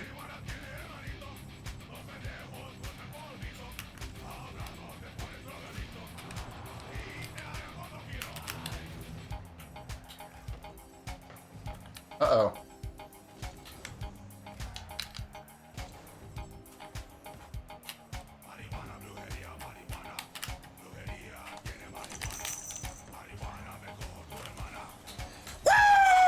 Woo! Woo! Look at these calves! I'm like a postal worker! $1 million isn't what it was when we were kids, but Boozy, this is why I'm asking the question. I would invest and set up my bloodline and brother's bloodline to never have to work ever. That's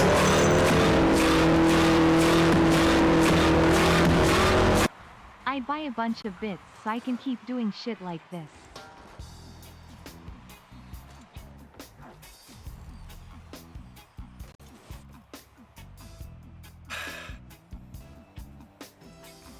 Thank you, Wicker. I apologize to, my crew for Wickerman's selfishness in that right there.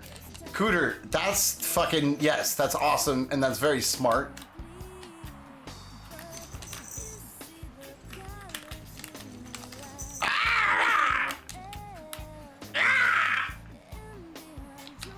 What's that? That Dr. Pepper? That's that Dr. Pepper.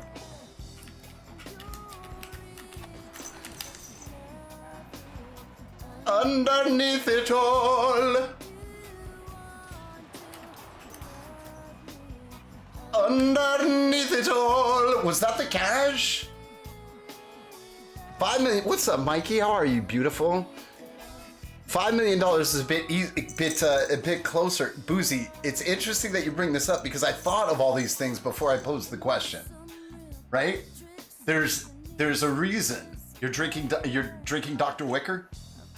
There's a reason why I said $1 million, because it's like, it's enough where it's like you can have a little bit of comfort, but you need to make some tough decisions, right? Cow! Cow!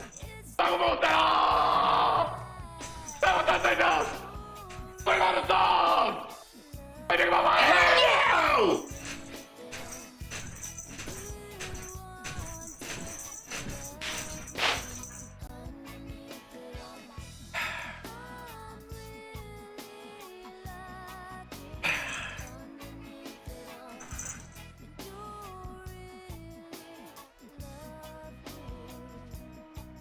I'd go for comfort and keep working, probably only on creating content. Yeah. What happened here? Is this still fucking... Oh, this is still cash. I'm good, Cal. It's good to see you. How are you, dude? I was thinking about you today. I have been working my tail off to get new content going. And just lots new stuff, man. Mikey, thank you so much for that beautiful cardigan. I've got to figure out, is it just PDF I open it with? I got to open it up and then I'm going to put it on the stream. I appreciate it. I love it. Can I pose a philosophy question? Of course. Yeah, I was. I'm hoping you're doing well, man. Fucking Jester. It's just a PNG. Thank you. Turn 1 million into 10 million. Invest stocks, comfort for everyone for sure. That's a tough one though, right? Like turning 1 million into 10 million, I would assume would be extremely difficult. Just assuming. No, Jester, you suck assholes! If you could time travel someone from, let's say, the 1300s to now, what would you be most excited to show them?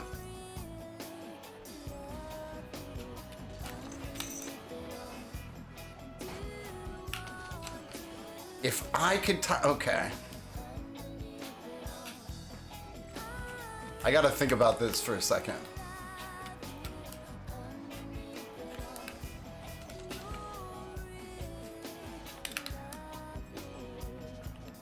$1300s. $1300s. There's just so many wonderful things. Oh my gosh! Did it! Did it! Did it! Did it! Did it! Did it! Did it!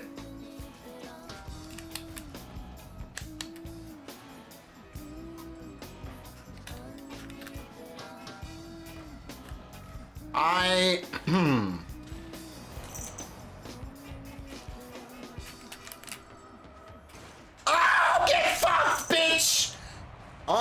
Okay, so 1300s, what do I think this person needs to see? You know, folks, it gets hot in here sometimes. I dip my balls in buffalo sauce. You think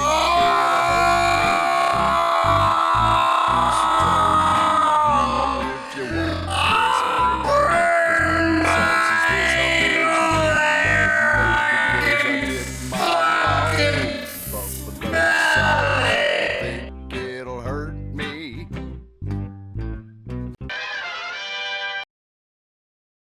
If you want.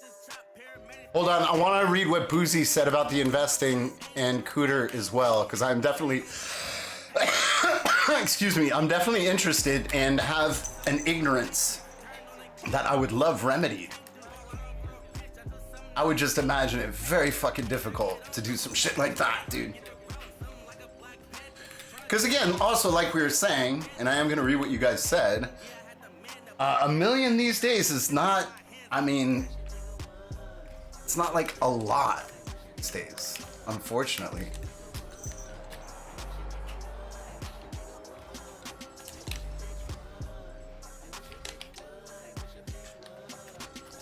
Oh!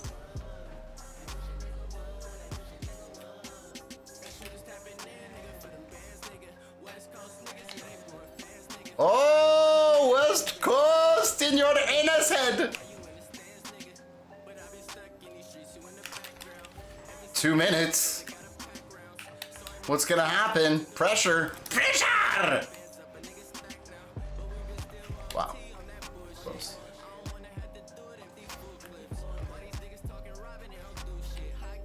That was a beautiful, beautiful pass, darling. I will tell you once and forever, for all time. Oh shit, he blocked me! Gosh darn it, Watson!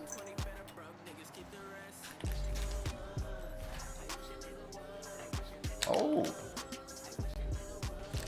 Oh. Oh. Oh.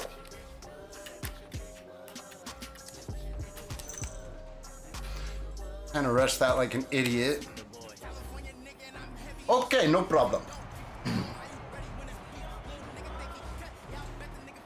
1 million in Los Angeles is going to be rough if you don't have any other income. I agree. Like I said, I would take half and invest in some way, but like, especially again, it's $1 million. And I recommend to anyone that does any investments is that you stick with safe investments.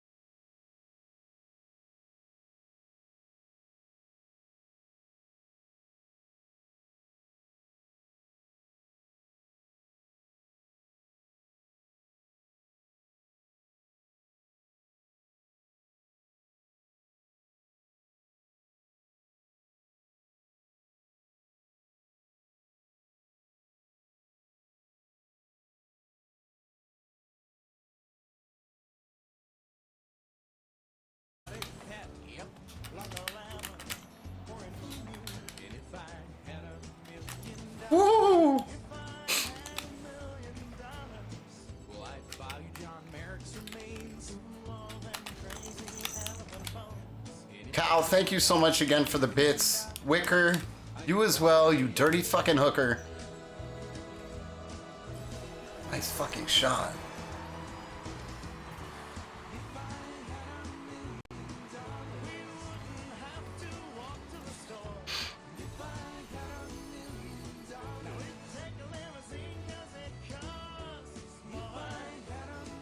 No! I'm sorry, I'm not sorry, okay, I am sorry. I'm a sorry motherfucker.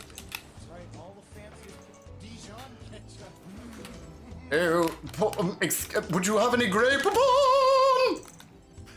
But of course, and that's with 2 T's. Titty. Alright, I'm out of my mind and apologize once again. Why have I rotated it all the way back? You weren't supposed to do that, Filthy. You weren't supposed to rotate all the way back, you see, because... Alright, listen. Shit, I fucked myself again. I fucking just can't, I can't stop fucking myself. I don't wanna stop fucking myself. When I wake up to you, I fucking wanna fuck myself.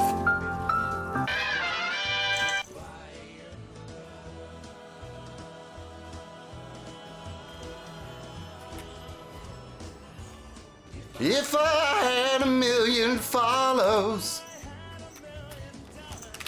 if I had 1,000,000 follows, Twitch would not be my sorrow. If I had 1,000,000 follows.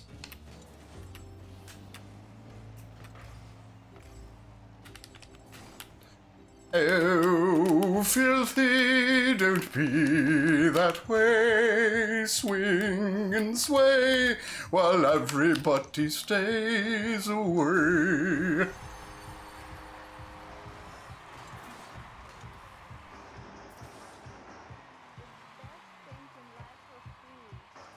The other thing is that a lot of people, Boozy says, if they magically get 1,000,000, they're gonna blow it real fast on stupid shit. This is also another reason why I'm kind of asking the question. Like, yeah, it's just interesting to kind of see. You guys all have plans, which is it actually tells me a lot, and it kind of makes me happy.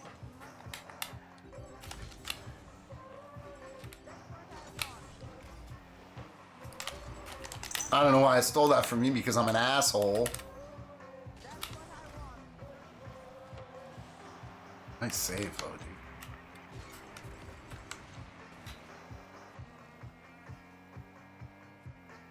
I know the music is quite low, huh? Barely audible, do you think? Do you say? Barely audible, I would say. Yeah!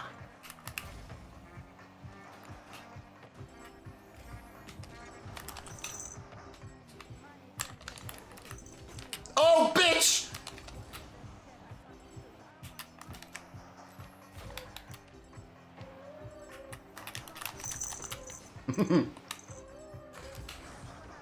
Nice.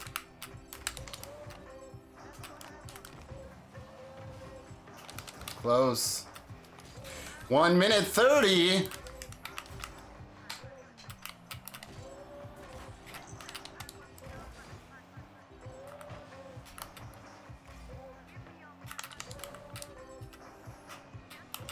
Nice.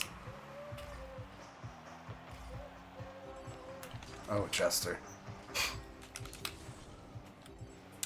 1:10.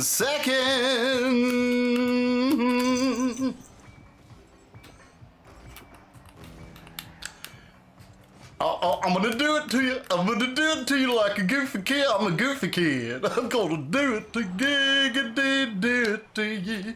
Gonna do it to you. Gonna do it to you. Gonna do it to you. I'm gonna do it to you.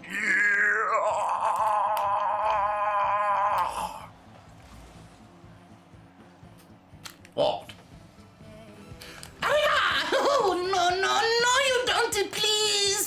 Please, drink your pineapple juice.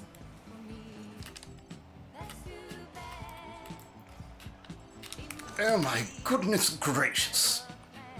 Oh, quickly. Oh, yes, please. Oh, darling, that was just so lovely, the way you just threw it into the net. Hello, 5-cent tech, if that's your real name.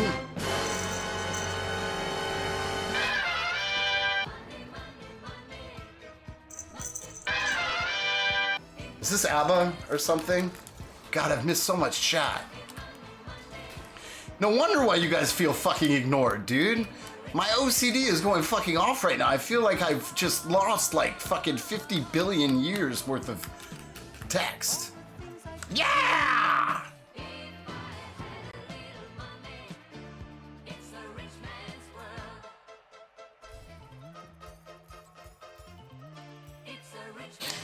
So, I don't know if Amanda's still here. If you could time travel someone, let's say, from the 1300s to now. Oh, okay, so this is what I was thinking about. The thing that I came to, like, I could think of something much better. The first thing that popped into my mind was actually the moon landing. You know, but like, I'm also like kind of a practical thinker, so it's like, you know, how if he was in our time right now, how would that affect things? How would it benefit us? You know what I mean? Like, I want to really calculate what I'm showing this person in regard to not his experience, but to the world's experience, you know, and not using him as fodder for that. It would be a symbiotic type thing. But, you know, could I think something that I could show him, and in turn we would be able to learn from it? I did. I just gave the answer.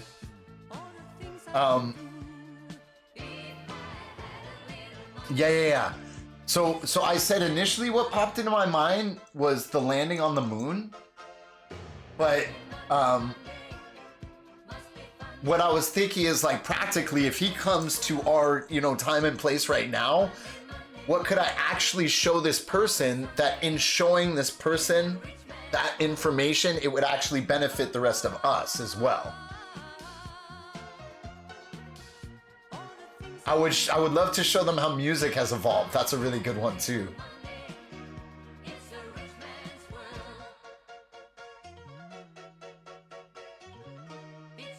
No, not like how to influence the past, how to influence the present, because I would assume that, like, the past couldn't be influenced in that regard unless another, like, timeline happened or some shit like that.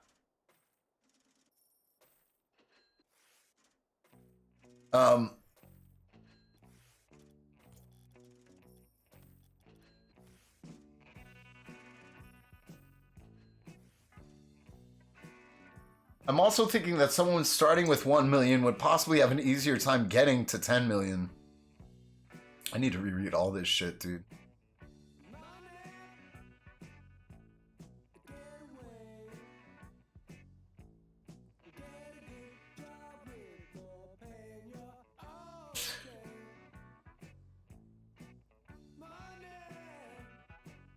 $1 million is enough to live frugally on for a while, says Boozy, assuming we don't end up in hyperinflation times, inflationary times. I agree with you on that, but like we would want more, right?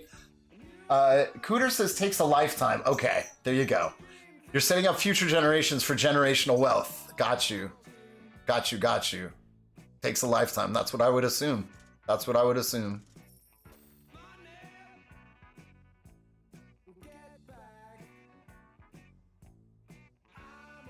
For me personally, I would hire some very, very proficient professionals, but not for like expensive, you know what I mean? Like independent or whatever, animator, editor, and I would get my fucking ideas and invest half of it. Or maybe even 3/4 of it. Yeah, I would invest 3/4 of it. That's $250K for me to just fucking play with professionally. And I would get a fucking shit ton of advice before making any fucking moves. Show them a microscope.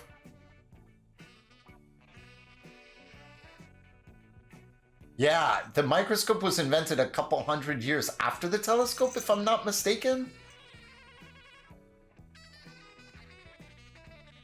Invest it all and live your life normally, comfortably at least. I gotta be honest, dude. Like, at this point right now, like, I know $1 million isn't a lot, but, like, I wouldn't want to keep waiting on tables and bartending. Like, I would invest most of it, but... You know what I mean? Like, you're right. It would pay off like... You are saying nothing wrong, Scruffy. That is what should be done. What I am saying is, like, I would not have the moxie to do it right now, and plus... I would make myself so busy going for this dream. You know what I'm saying?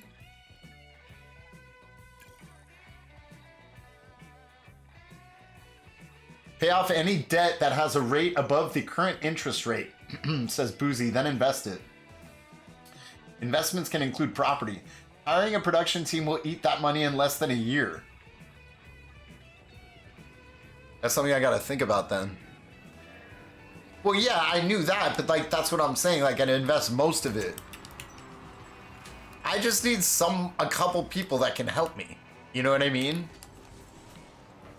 And, like, what if it's even, like, what if it's, like, even 4 of them and, like, a couple grand for each of them a pop?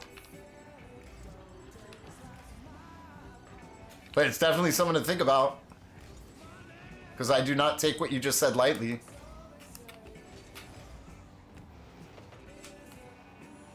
But again, I'm not talking like studio, like, quote unquote rate and quality people. I'm talking about very good, like, you know, independent people. Like, honestly, I think hiring an animator and an editor isn't gonna break me.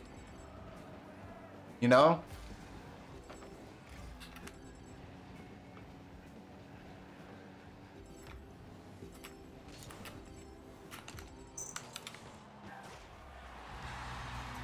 The problem is that it's going to be so easy to produce good quality shit that the bar will go up. Everyone and their mom will be doing it. You're saying with the AI, right, Scruffy? Yeah. I'm waiting for it. Oh, dude, did you see wasn't there's a new one that came out, dude? It's fucking... Were we watching this last night? I was super tired. We were watching this last night on my stream. Remember the fucking old woman talking and shit? Or was I watching this on someone else's stream? I can't even remember, dude. I might have been watching someone else's stream. Dude, well, there's a new one that just came out recently. Filthy, tell you what, give me that $1 million. I'll get you 5 mil in supplements to sell. Then for each person you recommend, you get a signing bonus for them and a piece of their sales. That sounds good, but before I do that with you, I have a bridge in Ohio that I would like to sell you first. And then when we seal that deal, then I'm sure we'll be down for future negotiations. It's getting uncanny, like for real, dude.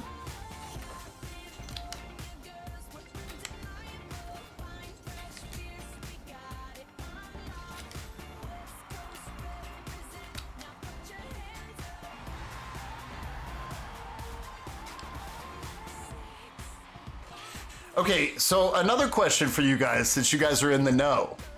Let's say I was to come up on $1 million and I was to take 750K, okay? Like that amount, 3/4 of that, and invest it. Now, would I be making any money back that year? And if so, like with the best, safest investments, like what am I looking at making? Like I would assume like maybe around like 10 grand or some shit like that. Like honestly. Oh, you said 4.5% interest. So what is that? What's 4.5% of $1 million?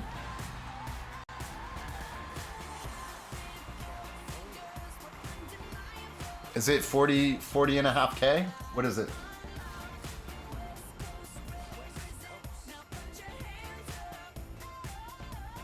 I'll trade you the deed to the bridge in Ohio for a note of debt with a Nigerian prince. Touche. Okay. I'll take that note from the Nigerian prince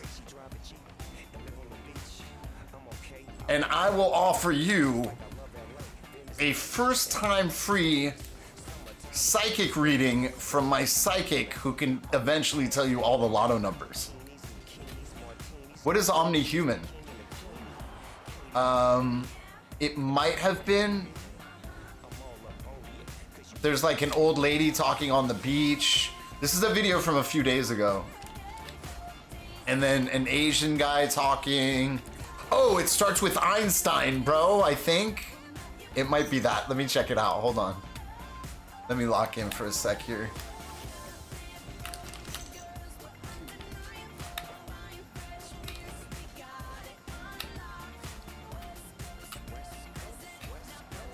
Oh, beautiful. So that's crazy. And also, I have another question, Scruffy. Like, do we have... I mean, obviously, we okay. I want to pull up what Einstein's voice sounds like, right? Like, for real, because there's got to be recordings of it. I don't think I've ever heard him speak. But when I saw that shit, I was like, oh my God. Like, this, it's crazy what's happening, dude. So, okay, so that being said, Scruffles, the animations completely that I want to do, because you know, like, what I want to get done. The animations, cats are good for old people, shit like that. At what point in time do you think, from now, will I start being able to do that stuff kind of proficiently? Within the next year?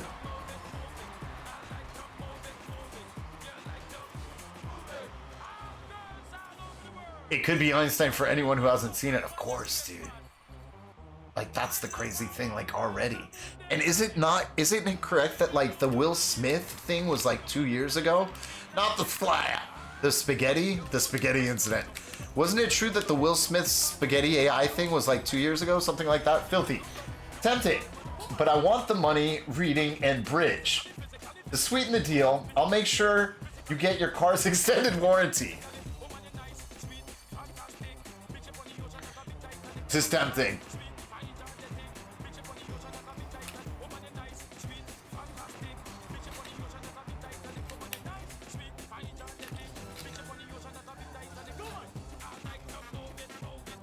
Original Will Smith spaghetti was 2023. Ah.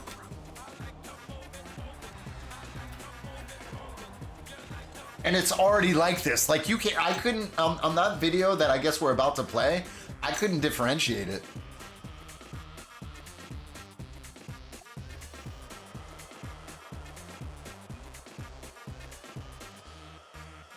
Also, here's a rough stock split. Domestic large cap. I don't know what any of that is. So fast, dude. So what do you think? Like, maybe within the next year? Let's show the people this, shall we? Club isn't the best place to find a lover, so the bar is... Oh my God. So this is not the video that I saw, but I'm gonna put this on because wow. And then we'll get right back on the Rocket League, gents. This is gonna take literally a minute. I want you guys to see this too if you can. Club isn't the best place to find a lover, so the bar is where I go. Me and my friends at the table, blowing shots, drinking fast, and now we talk slow. Are they selling this yet? With just me, and trust me, I'll give it a chance. Now take my hand. Yes, I know that in a room so full of light that all the lights. I love your guts, dude. I'll talk to you soon, Mikey. I don't see you with me. Thank you, plants. I appreciate you. 哦嘿，你们是怎么发现我的？虽然我知道这样说有点不合适，但是为了你们的健康着想，希望你们记得多吃蔬菜。 'Cause all of me loves all This is insane. Love your curves and all your edges, all your perfect imperfections. I mean, this is insane. To find a lover, so the bar is where I go. Me and my friends at the table. This is pretty fucking scary, dude. We come over and start up a conversation with just me, and trust me, I'll give it a chance. We're never gonna know anymore. Like, dude.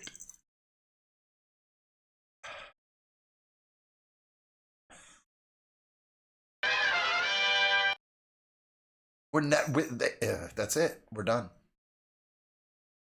We're done, guys. They best have some super fucking dope fucking watchdog agencies for this deep fake shit. Post-truth era. It's scary, dude. It really is. The only bad thing is that AI can't do hands really good. Well, that's gonna change soon. You know what I mean? Like, they've made such dramatic changes. That's my synthesizer. Can someone change it to Rocket League real quick, if you don't mind?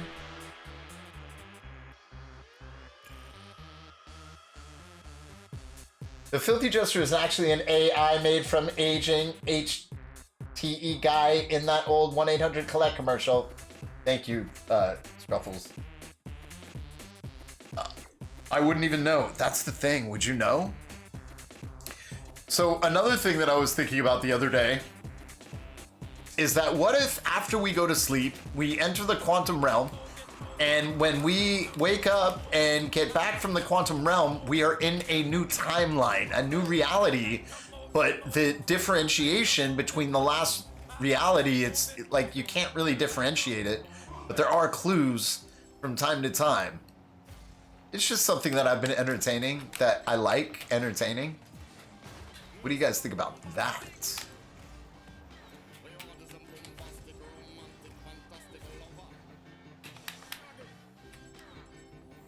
Because sometimes I feel like we're on some weird fucking other timelines.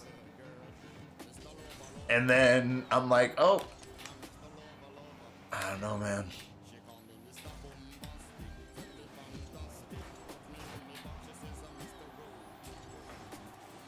Wow, nice shot. Cyber cryptography and cyber forensics are fields for a reason. So, can you explain? Okay, so cyber cryptography is just is code breaking, right? Digital code breaking. What is cyber forensics? Can you explain cyber forensics? If I'm right about cyber cryptography?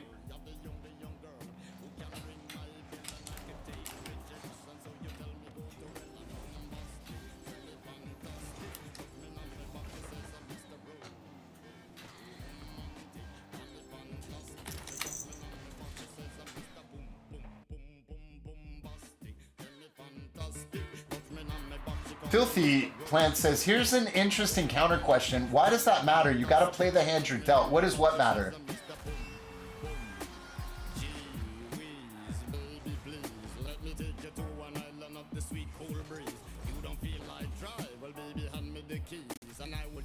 Why does what matter? Cyber forensics is essentially sitting through code to see where files have been doctored. Cool, cool. Okay, cool. That's what forensic accountants do. Okay. Someone tell me when the privates start. I'm gonna try and push in rivals. No worries, dude.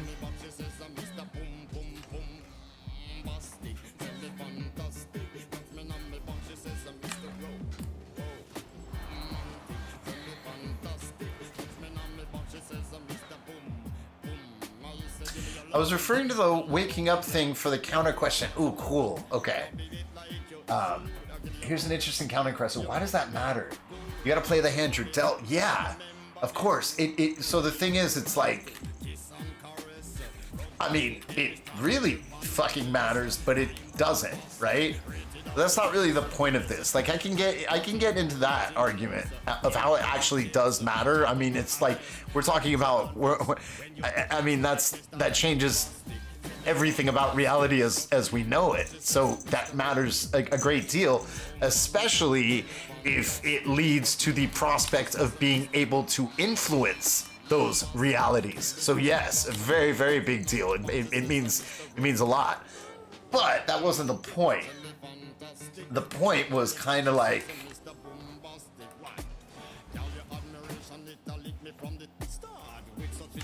what if shit works like that?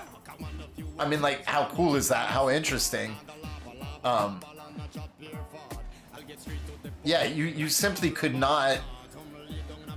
You couldn't really acclimate to the change because you wouldn't know what was going to happen. There would be an infinite amount of parameters. But maybe next time you wake up, the rule of you changing realities no longer applies. Well, it always applies. But what if it doesn't? Well, then you're on that timeline for the rest of your life.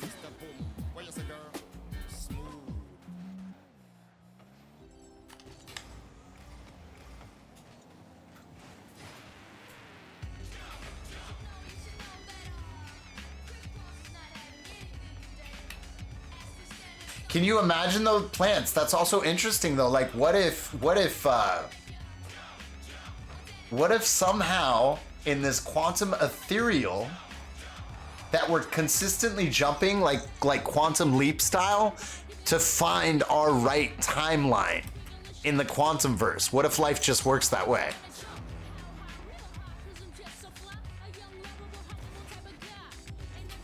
And what if the only people that have done that we know of are people like Buddha or some shit like that? If you can't make use of the phenomenon, what does it matter? Well, you are inherently making use of the phenomenon by deciphering it.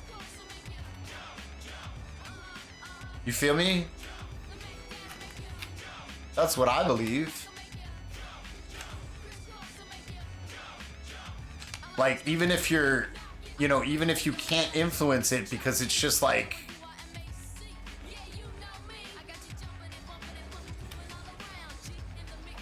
and then again, like, I also think that you could influence it because maybe you'd have more of a propensity to be a little more cavalier about your actions, right? Maybe we would connotate that,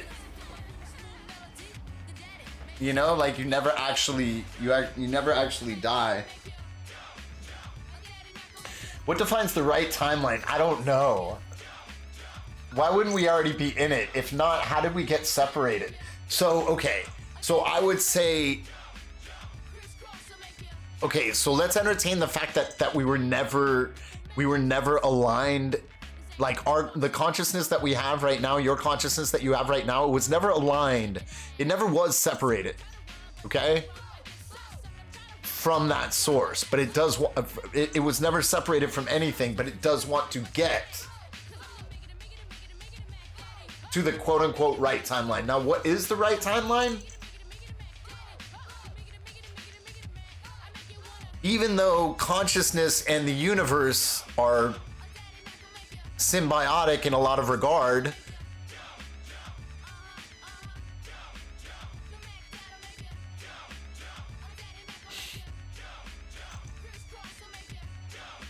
so like I was saying before, that maybe the apotheosis of mankind is going to lead to this unified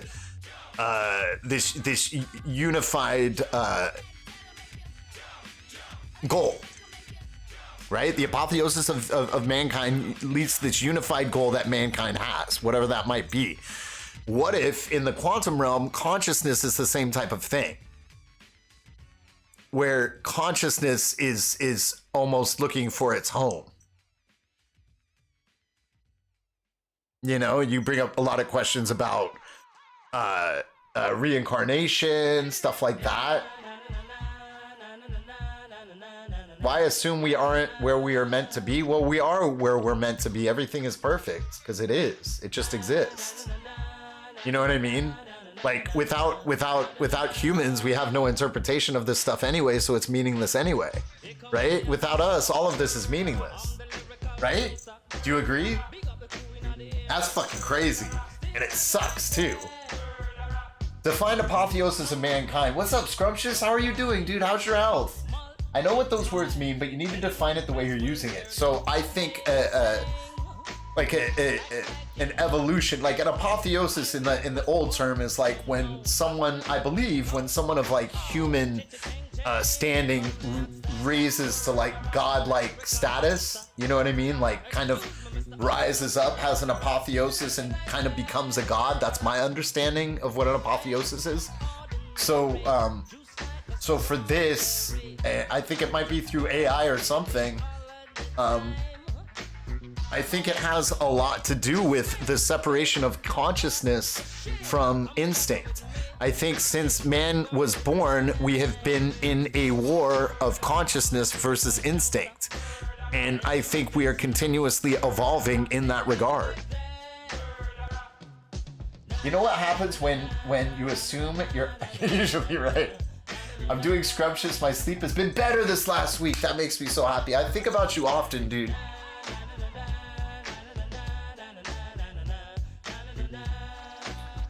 So the way I'm using it is like let's say like AI,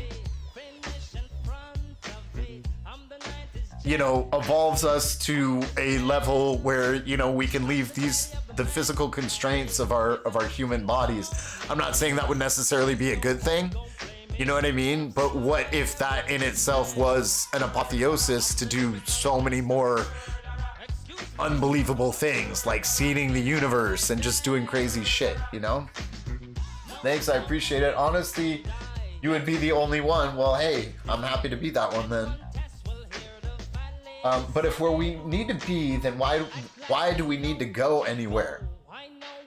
That we would need to go somewhere if we weren't where we needed to be, right? If we were where we needed to be, then we wouldn't need to go anywhere.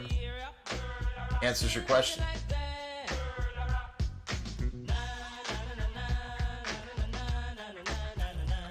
Isn't this fun? And I also think, I remember hearing the astrophysicist Brian Cox talk about how he believes that the future of space travel and stuff like that the keys of this are going to be unlocked through our consciousness and through our mind. And I thought that, when I heard that, I thought that was fucking fantastic, right? Because our brains are created in the image of the universe. No matter if you believe in God or not, or a greater, higher power, whatever the fuck, our human brains were still created, you know, in the image of the universe. We are the universe.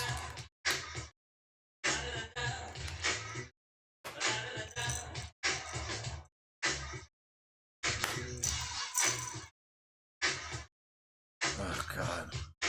Sorry, guys. Give me a sec.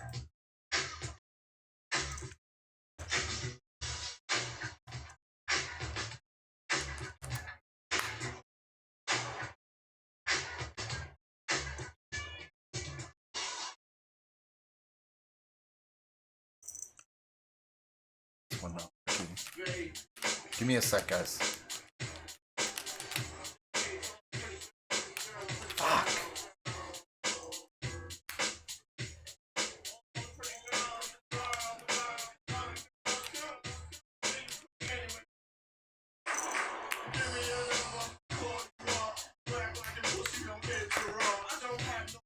You're gonna have to hear the music through the mic for a minute, guys. Just bear with me. Sorry.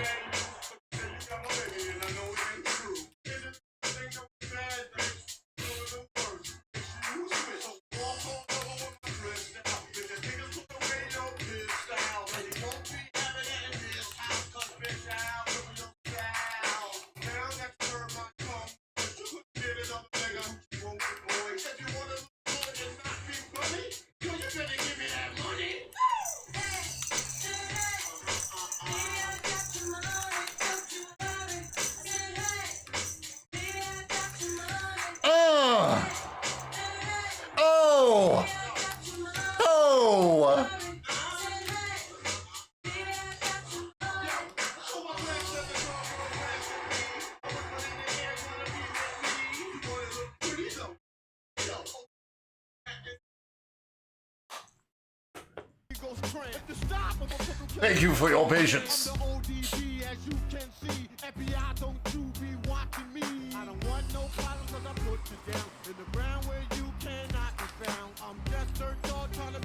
money. So give me my streets and give me my honey. Radios play this all day, every day. Recognize I'm a fool and you love me. None of you better look at me funny. You know my name now, give me my money. Hey, Sing it, baby, I got your money. sing it, girls. I said, hey, Let's sing it right now. I got your money. Ow, ow, ow. I think y'all should give him his money. Baby, I got your money. Don't you worry. I said, hey. We're close, we're close, we're close. Ow. Sexy, sexy, sexy, sexy sales, sexy sales, sexy sales. Sexy, sexy sales, sexy sales, sexy sales.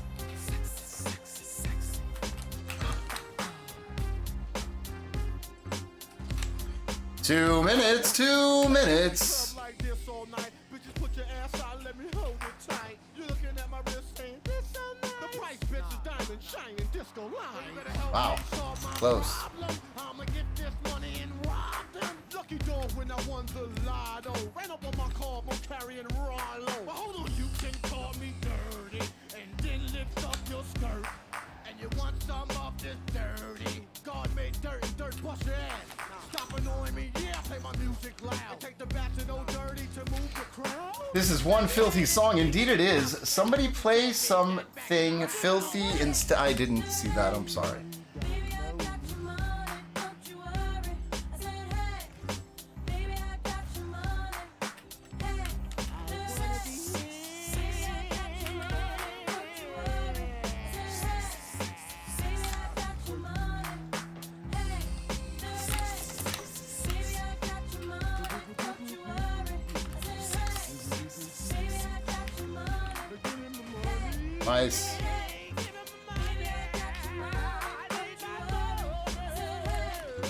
Baby, I got your money.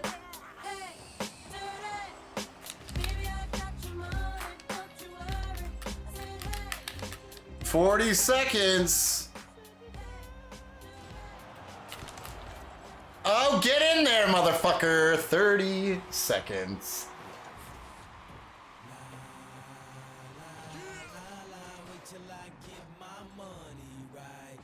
Fuck you, Kanye. I'm gonna slap you when I see ya. We'll listen to this shit, that is fine. But this motherfucker gonna get slapped when I see him. Much is given, much is tested. Get arrested, guess until he get the message. I feel the pressure under more scrutiny. And what I do, act more stupidly. Bought more jewelry, more Louis V. My mama couldn't get through to me. The drama, people suing me. I'm on TV talking like it's just you and me. I'm just saying how I feel, man. I ain't one of the Cosbys, I ain't go to Hill, man. I guess the money should have changed them. I guess I should have forgot where I came from. Oh gosh. Nice save, nice save.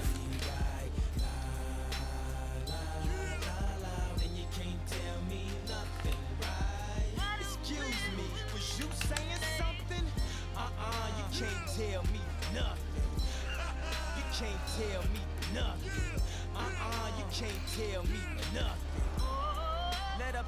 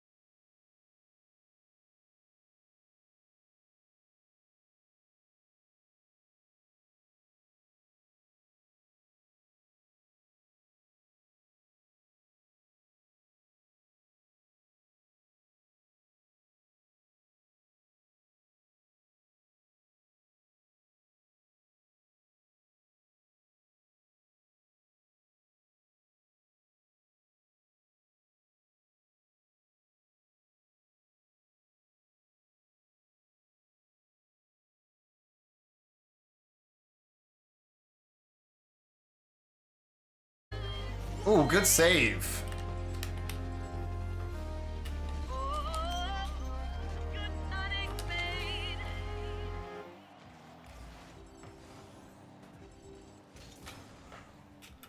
Oh baby. Oh baby. How you doing, young lady? The feeling that you're giving really drives me crazy. You don't have a play about the choke. That was fucking great, dude. You might be the type if I play my cards right. I'll find out by the end of the night. I mean, it might have been calculated. I tend to do those things. I could not tell at this point, though. I'll be the first to admit it. I'm curious about you. You seem so innocent. My bad. Yeah, that was my bad, too. Rotated back like an asshole.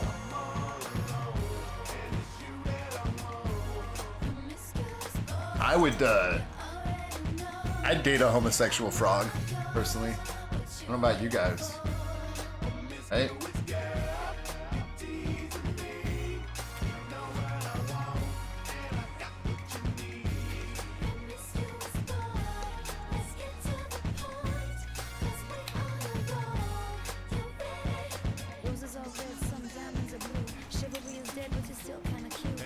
I can't keep my mind off you. Where you at? Do you mind if I come through? They call me Thomas, last name Crown. Recognize gang, I'ma lay mine down.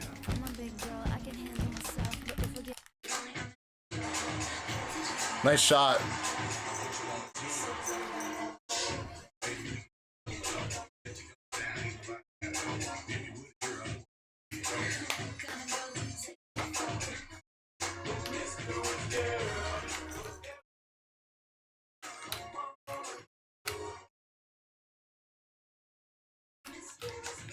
Hang on, I'm gonna get the music back on in a sec.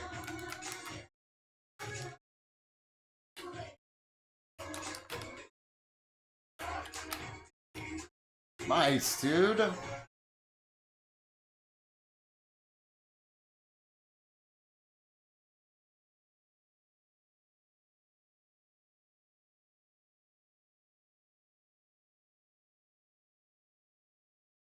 Don't be mad, don't get me.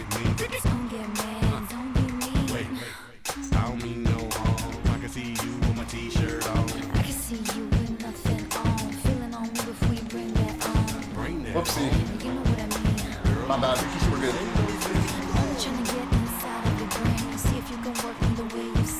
It's okay, it's alright. I got something that you don't like. Frogs are actually machines that turn drones into humans. I wouldn't doubt it. You are a menace, Lucy.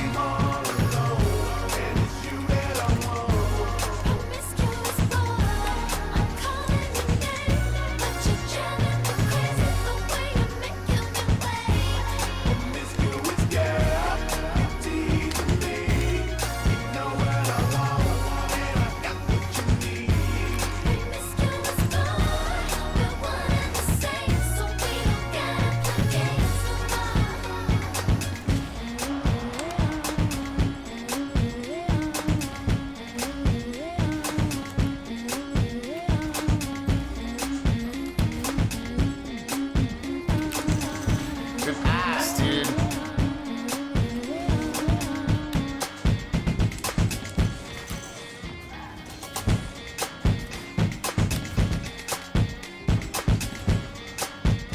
Three to two, 2 minutes left.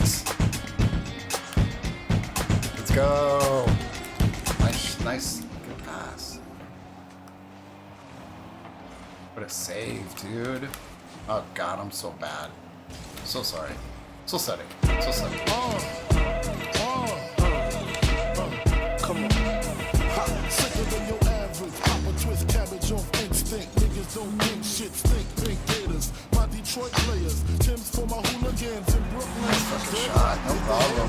That was a tough one. You had a great shot. I wonder if Jester also dressed the wrong way in real life. It's happened before, dude. That's not it, and no one else has done that. what's up, Toxic? Do I kiss your mom with that mouth? Probably. She's passed on. Take Recently, niggas started saying nothing, so I just speak my peace. Keep my peace. Cubans with the Jesus peace. With my peace. Packing, asking who want it. You got it, nigga, flaunt it. That Brooklyn bullshit, we on it. Biggie, biggie, biggie, can't you see? Sometimes your words just hypnotize me. And I just love your flashy ways. I guess it's why they're broken, you're so mean. Biggie, biggie, biggie, can't you see? Sometimes your words just hypnotize me. And I just love your flashy ways. I guess it's why they're broken, you're so mean. I put O's in NY onto DKNY. Miami, DC, prefer Versace. That's right. All Philly hoes know it's Moschino. Every cutie with the booty boy the coochie. Now who's the real dookie? Meaning who's really the shit? Them niggas ride dicks. Frank White push the 6 on the Lexus LX 4.5. Bulletproof glass tips if I want some ass. Gon' blast, please first. Ask questions last. That's how most of these so-called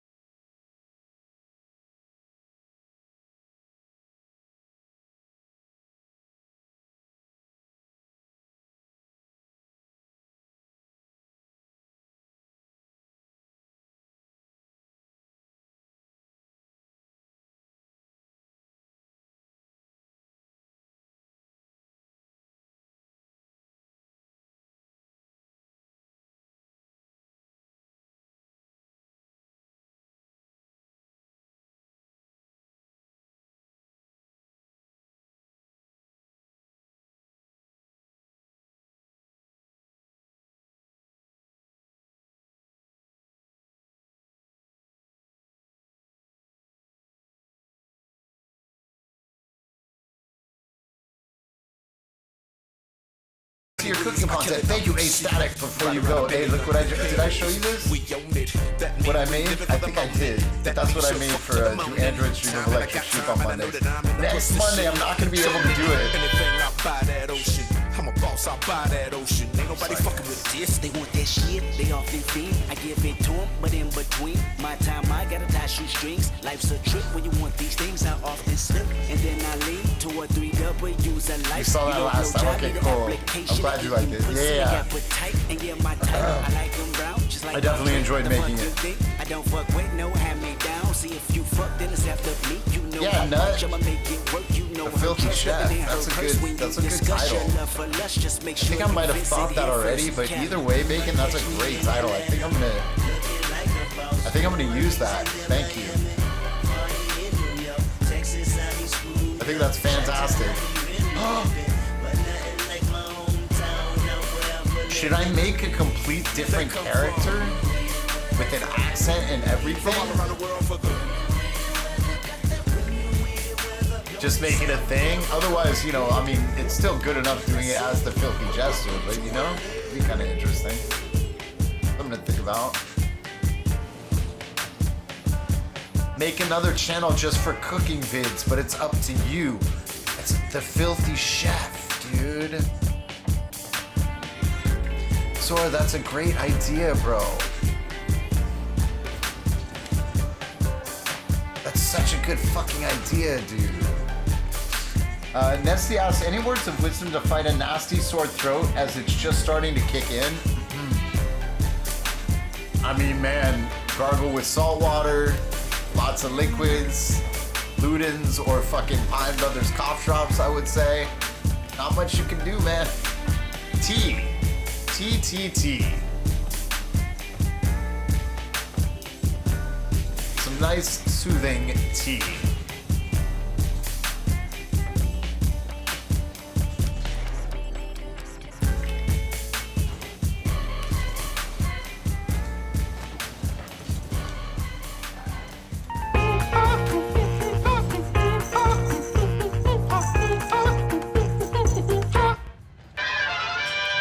What's up, Yoda?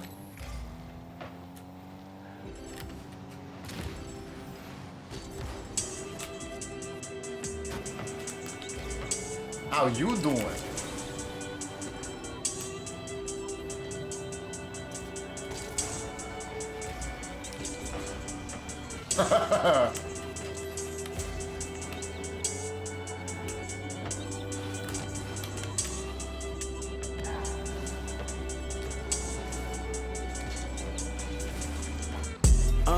Me and my niggas tryna get it, yeah, bitch. Yeah, bitch. Hit that house, like, tell me, is you with it, yeah, bitch. Yeah, bitch.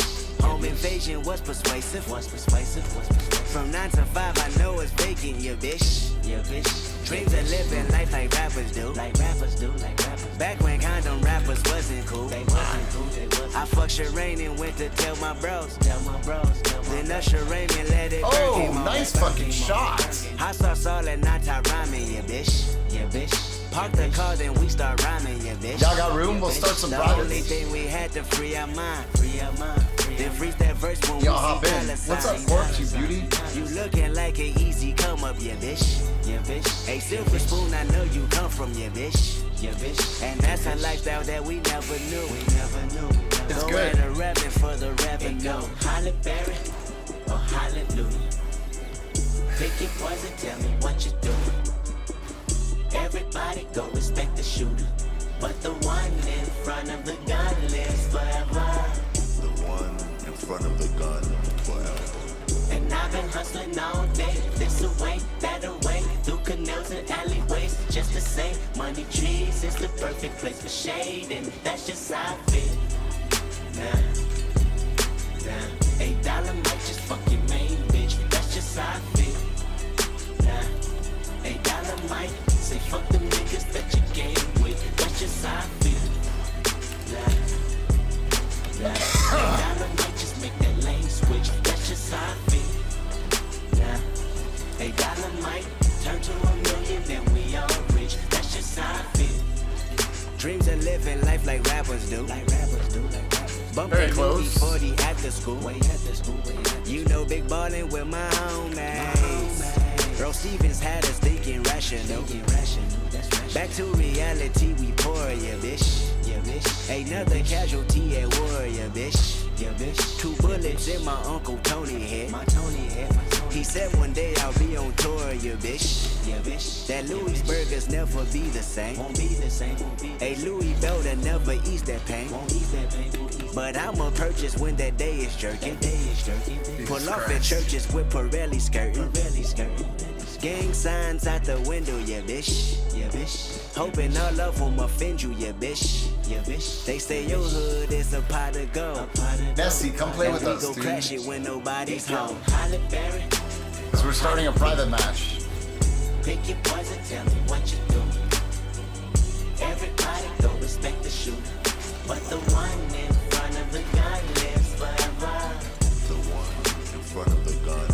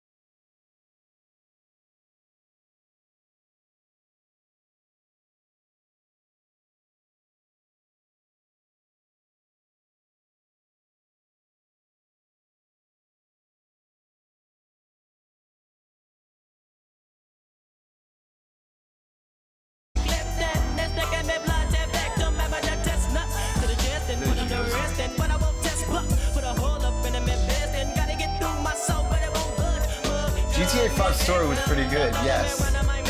Rockstar really came through with the disappointment though. What do you mean?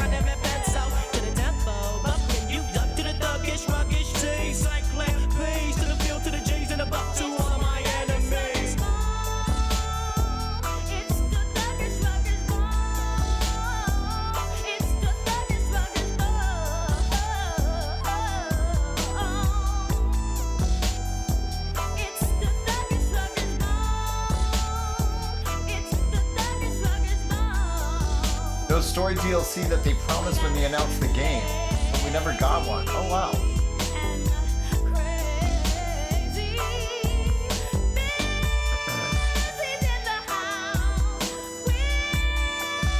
Zora says I'm fine with it being delayed as long as the game is complete. Zora, you are a man of complete reason. I totally agree with you. And let me tell you, dude, like, all their releases, bro, like, they've fucking made some amazing fucking timeless games. So yeah, I'm right there with you. Like, if it ain't broke, don't fix it. Oh, we don't mind, Corpse. We don't mind if you play right now. We do chaos in here all the time.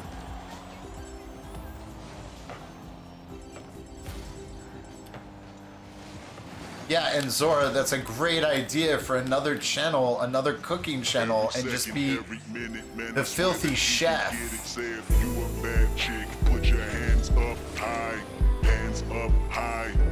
No, don't wait for another. Come on in, dude. Yeah, we never care about that shit. Even if it's mismatched. Because eventually people come in, you know, it's just much easier and better this way. We're all just having fun. Everybody else basic, you live life on an everyday basis with poetic justice. Poetic justice. If I told you that a flower bloomed in a dark room, would you trust it? I mean, I write poems in these songs dedicated to you when you're in the mood for empathy. It's blood in my pen. Better yet, with your friends and them. I really wanna know you all. I really wanna show you off. Done. Pour up plenty of champagne. Cold nights when you curse this name. You called up your girlfriends and y'all curled in that little bitty range. I heard that she wanna go and party. She wanna go and party. Don't approach her with that authority. That ain't good game, homie. Sorry. They say conversation rule a nation. I can tell, but I could never right my wrongs lest I write it down for real. P.S.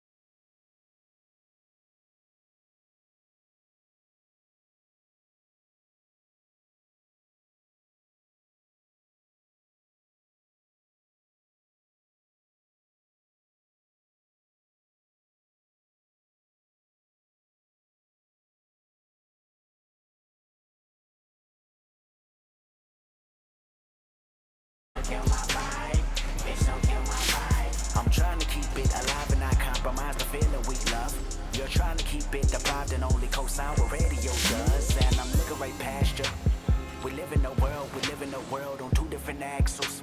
You live in a world, you're living behind the mirror. I know what you're scared of, the feeling, emotions inferior. This shit is vital, I know you had to. This shit is vital, I know you had to. Say this nigga! I thought you said baptized in a pool full of liquor. What's up, Nesgasm? What would be worse, a world with no remorse or a world with no empathy? I think they're two sides of the same coin, are they not? I'ma break out and then hide every lie. I'ma break out and then hide every lie. I can feel the changes. I can feel the new people around me just wanna be famous. You can see that my city found me, then put me on stages. To me, that's amazing. To you, that's a question. But actually, no, yeah, a world without empathy would be worse. Good question. Things I don't understand. Sometimes I need to be alone. Bitch, don't kill my vibe. Bitch, don't kill my vibe. I can feel your energy from 2 planets away. I got my drink, I got my music. I would share it, but today I'm feeling. Bitch, don't kill my vibe. Bitch, don't kill my vibe. Bitch, don't kill my vibe. Bitch, don't kill my vibe. Bitch, don't kill my vibe. You ain't heard the coast like this in a long time. Don't you see that long time? And they waiting on Kendrick like the first and the 50. Threes in the air, I can see you are in sync. Hide your feelings now. What you better do? I'll take your girlfriend and put that pussy on the pedestal. Bitch, don't kill my vibe. Bitch, don't kill my vibe. Walk out the door and they scream, it's a lie. My New Year's resolution is to stop all the pollution. Jester's a fucking empathy boner. It's what makes us keep going forward as humans. Why wouldn't I? Bitch, don't kill my vibe. Bitch, don't kill my vibe. This phrase sounds like the same kind of the same side of the same coin almost.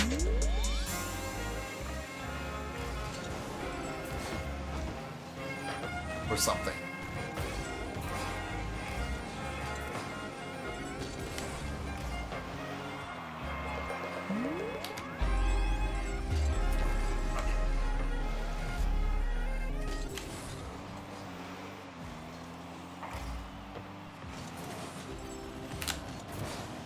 Oh. I pay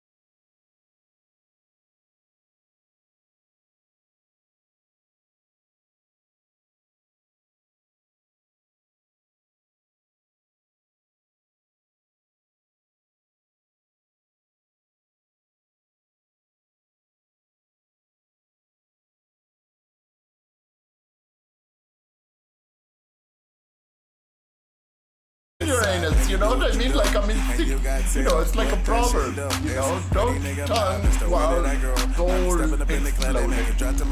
Insane. Filthy Jester. Got a booty like coops, I'm trying to make TFJ. Grab the wall, wiggle like you trying to make your ass fall off. Oh, okay. So I did that on purpose just so y'all could try to defend it because I'm better than everyone in here, obviously. Because I've been holding, you know, both teams to 3 minutes and 20 seconds, and I'm, you know, not only lovable, you know, I'm just the best at rocking. I'm gonna get you, you're gonna need a fucking bar. Stars, it's the what's gonna happen when you join Filthy. I'm not only the jester, I happen to be your chef. Motherfucker, come in here and be impressed. After 4 minutes of hardcore fighting. That was beautiful. That was a beautiful shot, sir. Beautiful shot, Mansion. My boy, how are you?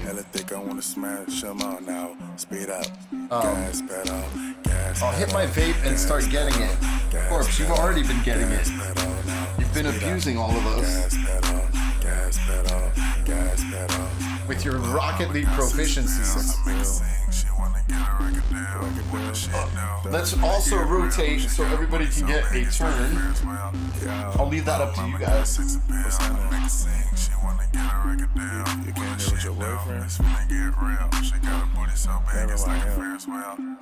Slow down, grab the wall, wiggle like you're trying to make your ass fall off. Hella thick, I wanna smash them all now. Speed up, gas pedal, gas pedal, gas pedal, gas pedal, gas pedal now. Speed up, gas pedal, gas pedal, gas pedal.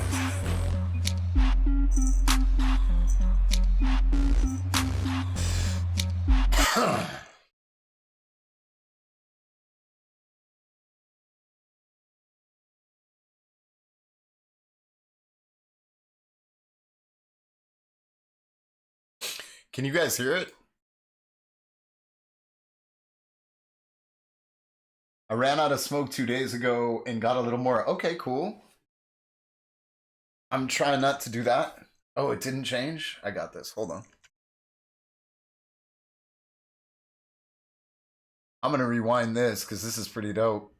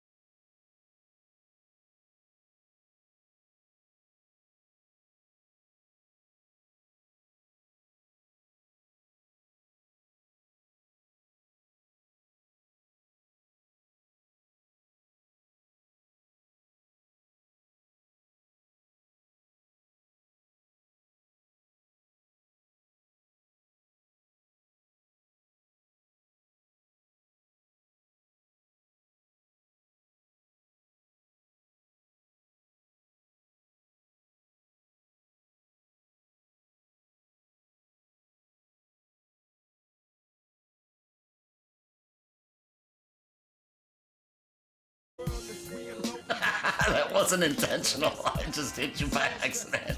After everybody hit me. Or maybe I'm a little skewed on what I actually have, but filthy fucking asshole. Ow.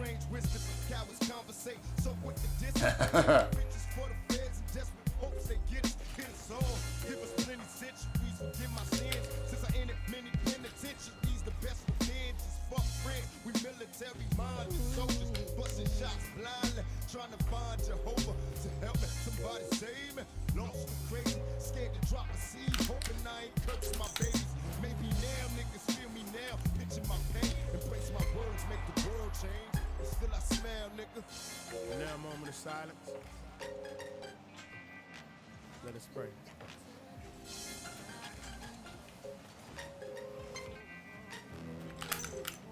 And as you journey into outer space, may the angels help to lead the way.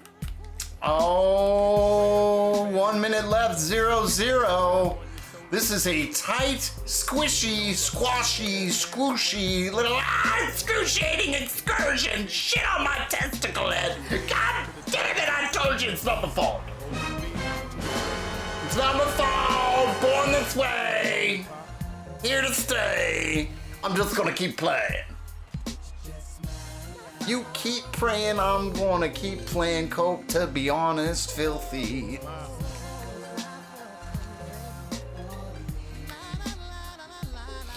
Maybe I'm a little bit hungry. Did anyone think of that? Maybe Filthy's hungry. Maybe Daddy needs some turkey, huh? Did you ever think about that? Maybe Daddy needs some bologna and cheddar cheese and an onion roll, huh? Well, did you ever think about that? And some garlic aioli, huh? Did you ever think about that? Daddy needs some roast beef and some turkey and tri-tip. You ever think about that, huh? Daddy needs some legumes. Did you ever think about anything like that before, huh? Legumes? Legumes! Legumes! Boom, boom, boom. Let's go back to legumes.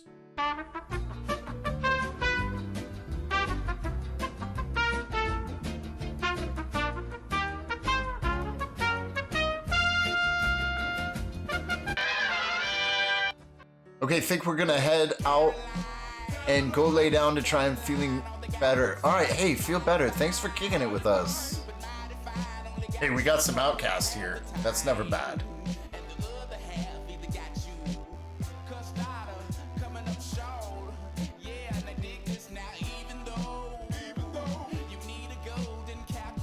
I'll be back.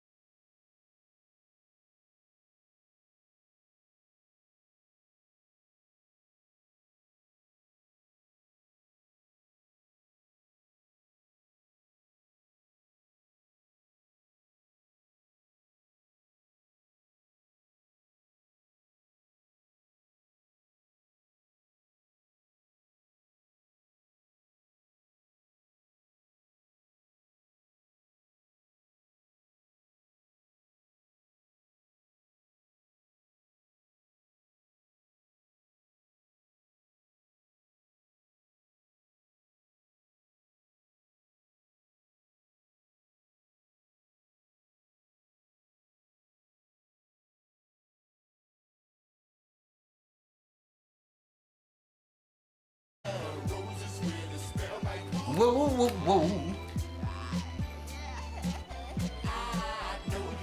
Well, now looky here, and looky there, and looky everywhere. Akaloogie in your underwear. And be careful in case people start to stare, because then they're gonna think, oh my lord, you're a square. Oh, get fucked.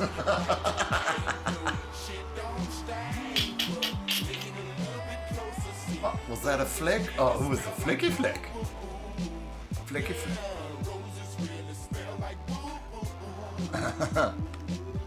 Now, Fox! What's up, Zero? How are you, brother?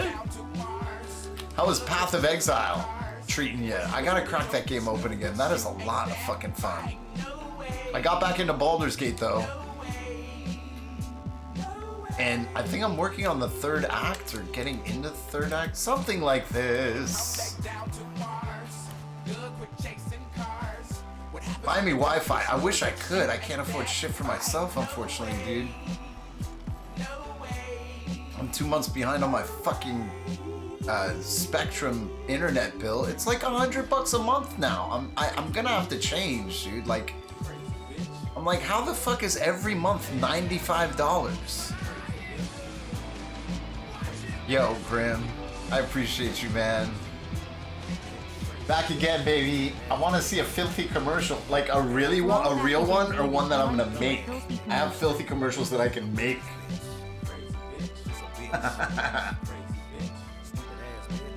Here's a quick one for you.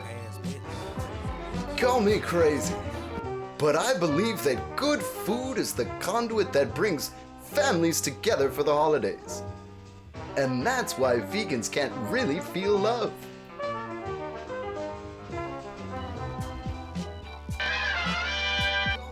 Odd. Odd. Odd.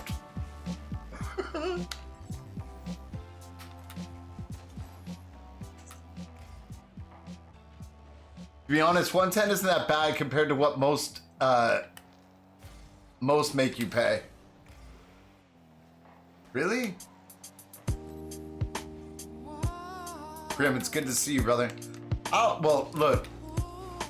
That shit was like $70 for a while, and I was still like, I want to pay $50.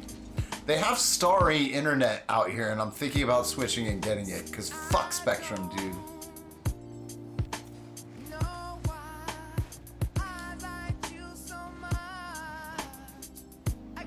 It somehow gets worse? That's fucking crazy.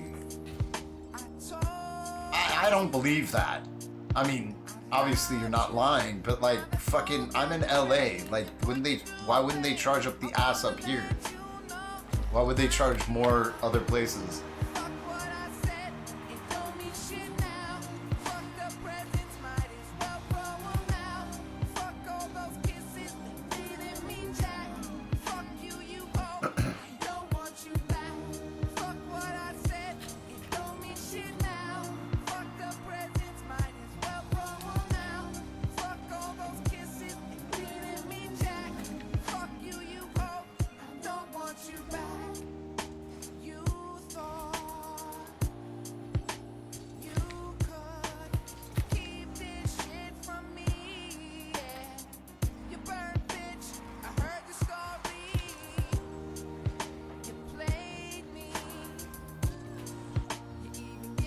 Good game, boys and girls.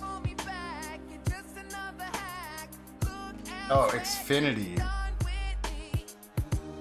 Some of them out here go for $150 a month. Jesus, dude. Shakes head. Yeah, I'm in Sacramento and it's about $200 a month for internet and TV, but just internet is about $110. Wow. Okay.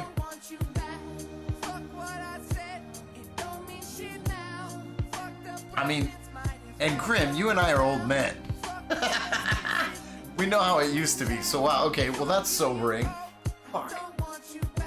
I think I can still switch to Starry and get $50 a month for a year, which would be fucking worth it. And then at least threaten Spectrum that like, hey, I got this deal. And when they say they buy you out of their contract, does that mean like they'll buy out the rest of your bill if you have an outstanding bill, or no?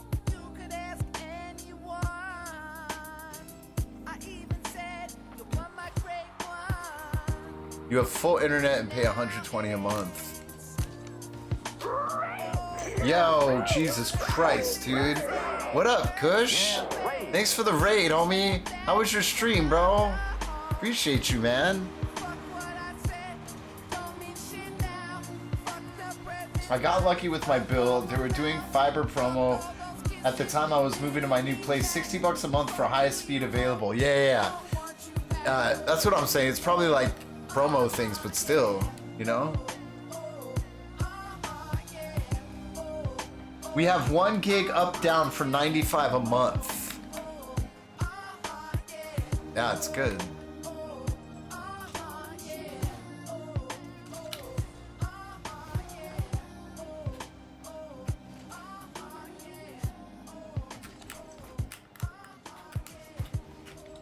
Close.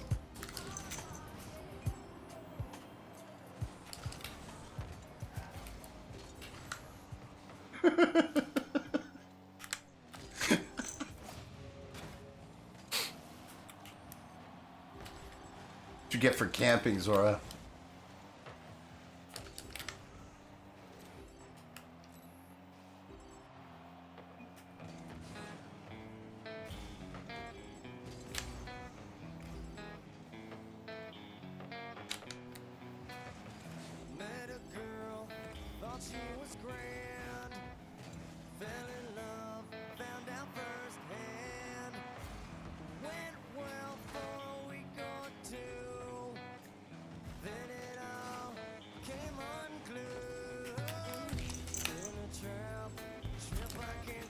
Damn.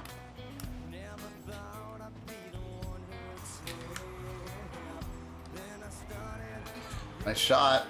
It was outstanding. How are you doing tonight? I'm good, homie. He was camping.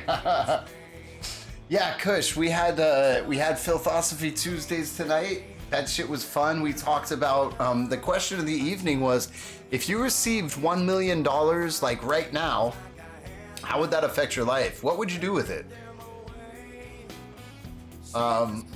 And yeah, like a lot of other things too. It's been an awesome fucking stream, dude.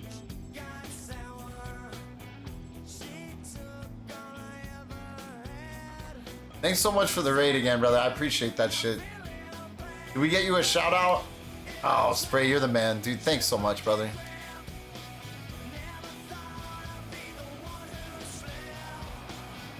Oh, also, can I get a bean in chat? Exclamation point bean, B-E-A-N, please.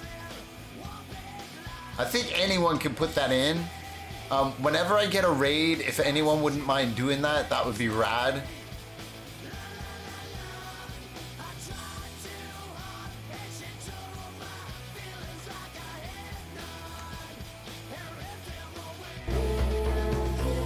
Thank you. Thank you, Scruffy.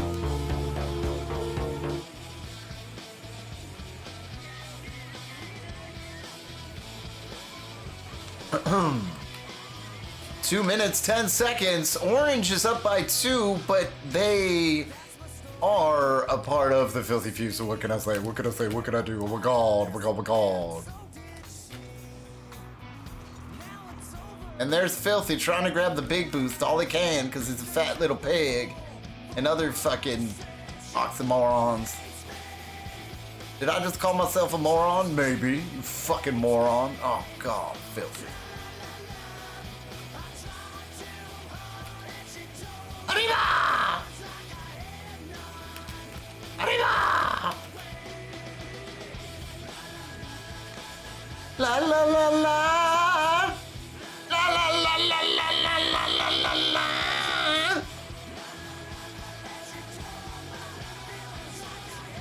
Ow. Oh, it's hurtful. Very hurtful. Oh, you want some? You want some of this fucking kissy kiss kiss? Mwah, mwah, fast break. But you're gonna do it now. Slobber time, buddy. Slobber time, buddy. I'm gonna score a goal like this. Just watch. Zora got jealous. Fast break. Did you see how fast it came? Literally.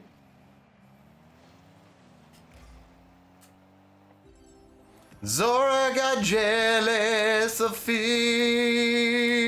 singing. each other in a rule one.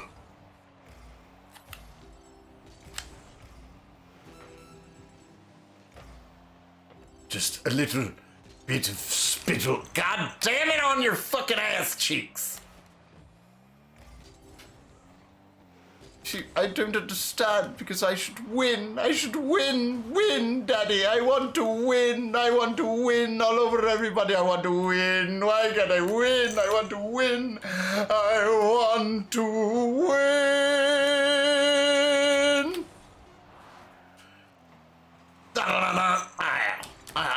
All right, good game. Good game. Everybody's fine. Everybody's great. Everybody's awesome. Everything is fine. Wonderful.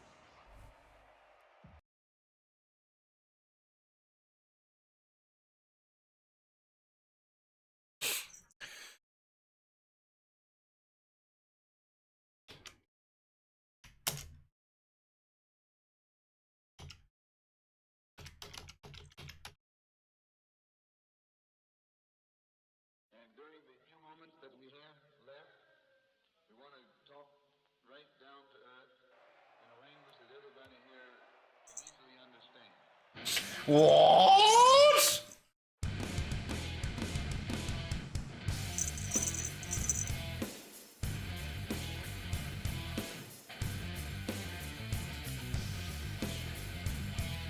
Yo, thanks, Poof Face. I appreciate you, brother.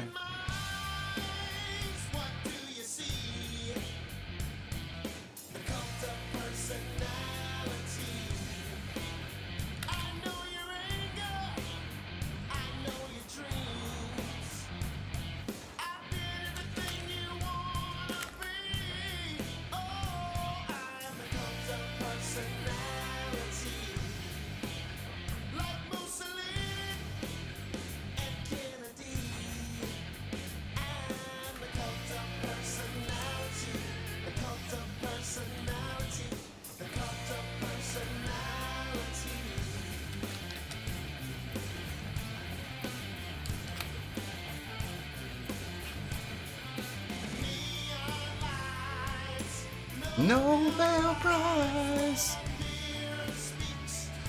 That reflection lies.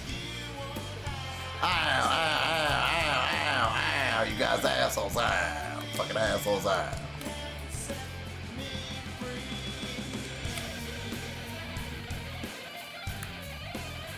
No. Well, what up, Versetti? All servers are fixed now, as far as on your side? That's great. How many times do songs have to get fucking remastered? Label desperate to grab more cash, and now they sometimes sound worse. Spray, I was just thinking the same thing, because I saw it said remastered 2023. I was like, we'll give it a listen. And I'm listening to this thing, and I'm like, this sounds a lot less passionate. And right? I've only got one earphone in, but still. I can already tell. I think you're absolutely right, dude.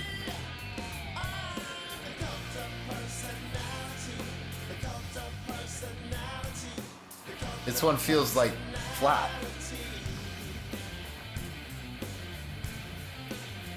Ten remasters. I mean, it's like, isn't it superfluous? Like, does the technology really get better?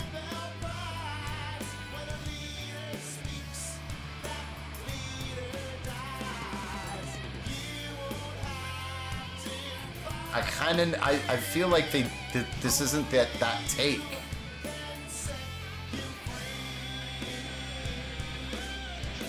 This is like studio-fied.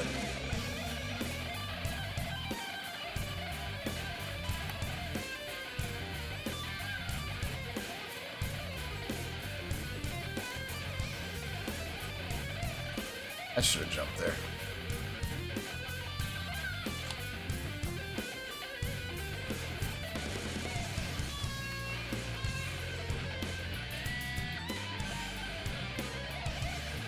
Close.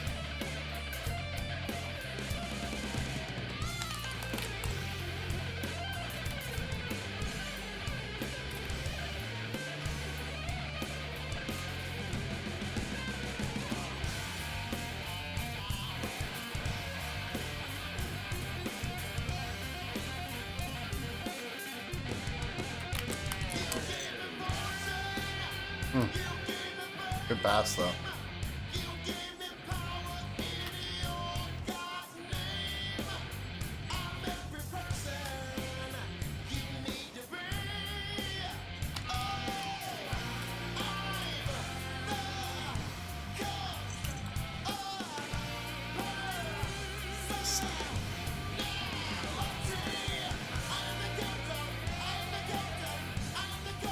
Tech gets better, but you don't need tech for a good sound.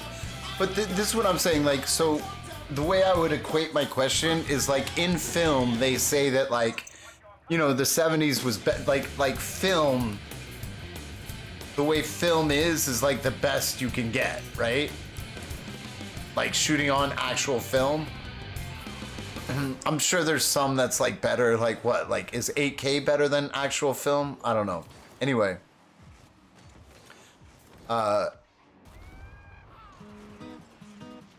Like you can only get so good, right? Like for film and stuff and shooting stuff, you can only get so good.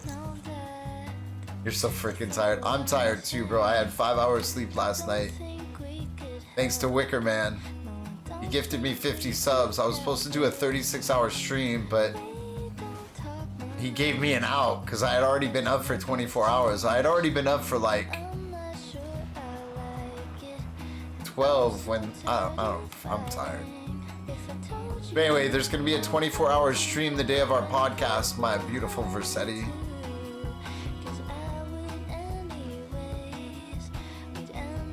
And I think that'll be awesome, actually. Yeah. I think it'll be awesome. So we'll start at like probably around like 2, and then like you and I will talk for like probably a couple hours, I would assume. And then I'll keep the stream going. Yeah. And that's gonna be on Thursday. Tomorrow I make my notes. So guys, Thursday I'm doing a podcast with this beautiful man here, Versetti, criminal forensic psychologist, works with the court systems and helps them determine someone's guilt or innocence. Very, very, very interesting subject. Also a noble profession. So we're gonna learn all about that and some of the like amazing cases, some of the scary cases, stuff like that. Or, you know, I'm not so sure about how into specifics we are going to get, but I can guarantee you guys an amazing fucking time.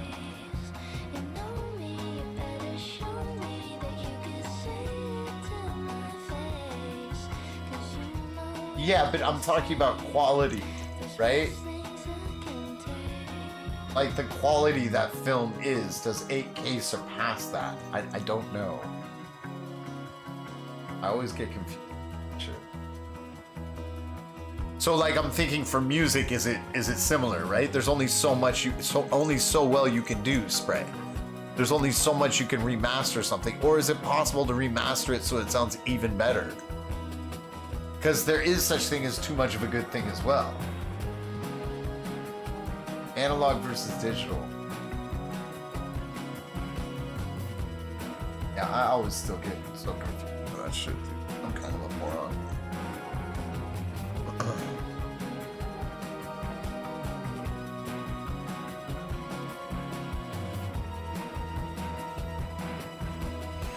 No worries, Zora. Take care of yourself, my homie. Appreciate you. What's up, Vamp? How are you? It's good to see you.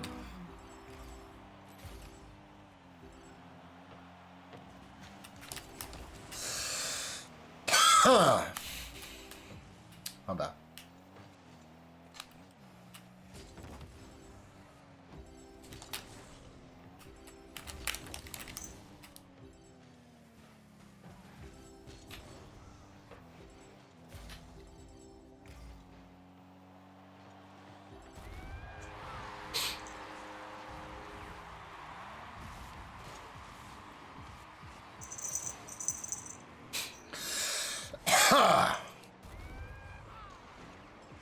Oh, here we go.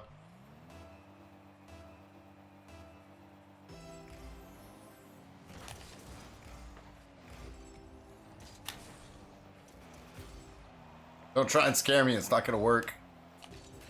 And if it's a song request, I'm gonna probably skip it, considering what you just said.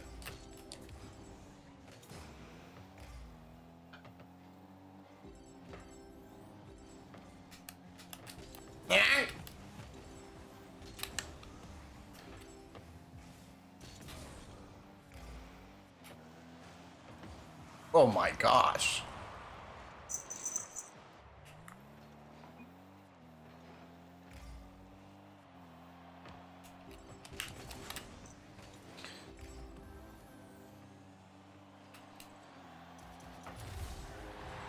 All right, we got this.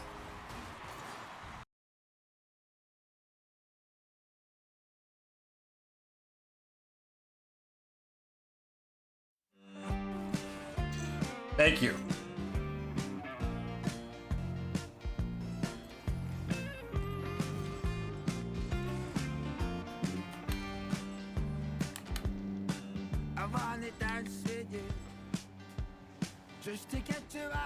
I'm really grateful for this community, you guys. Thank you so much, dude. You guys have brought so much light into my life, dude. Super grateful for y'all, every one of you. Starting the 17th, I'm going to college in person again, and I want to say sorry ahead of time if I don't show up. Shit's been bumming me out, and including work has been stressing me out and making me depressed as fuck, and have not been motivated to do anything lately, so I wanted to tell you ahead of time. And don't worry, I won't play any more gay songs. Hey, I think this college thing is going to be good for you, man. Just make sure you communicate with people about your depression and stuff. You know what I mean? You've got a family that loves you a lot. So make sure you're vocal about that stuff. I hope they give you the support that you might need in regard to the mental health help that you'll need. Yeah. And as far as my shit, bro, you're always the homie. You're always welcome here. And no matter how long it is that you don't come back, dude, don't fucking sweat. I'm never gonna take that shit personally. I realize that, first of all, first things first, I want this place to be kind of for some of you, I would like this place to be kind of a jumping off point where you can just leave and fucking fly away like a bird and fucking take all this fucking dank ass advice I've given you and put the pedal to the fucking metal. You know what I'm saying? So it's like, I don't give a fuck. I just want what's best for you, dude. And yeah, so don't apologize about not coming by. It's completely understandable. Life first, dude. I haven't really sat down and talked to my family in 5 years. Maybe you should do that. You're close? Are you close with them or no?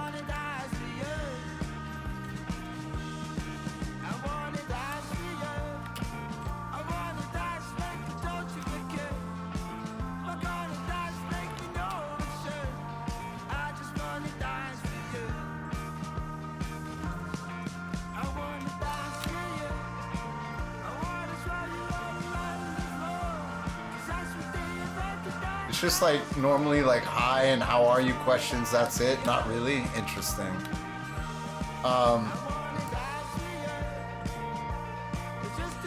Yeah, well, if you ever need anything, homie, I'm here. You can always reach out to me, yeah? And we also have the Discord if you ever need to reach out as well, Zora. You know people will give you help there. I'm also, do you have a therapist or a psychiatrist or a psychologist that you could possibly call on, dude? Because that's important, dude. Even to be able to just vent, bro. You do not? Would you be able to get one? Like, would your family be able to help you with that? The stream is kind of my escape. Well, we're gonna find out more things that are less of a band-aid, yeah? Because I'm happy that I can be some form of escape, but I think it's good to figure out what makes us tick a little bit so we can fucking teach a man to fish. You know what I'm saying, dude? Oh no, my bad. You keep it all to yourself? Yeah, see, that's no good, dude. We gotta figure out something to do about that, bro. Because that's overwhelming, dude. And the fact of the matter is you are not alone. And I think you should find yeah, what's the deal with that, bro? Are you able to facilitate that? Maybe even through your family or no? Moons? What about moons? Or Zero Grim Moons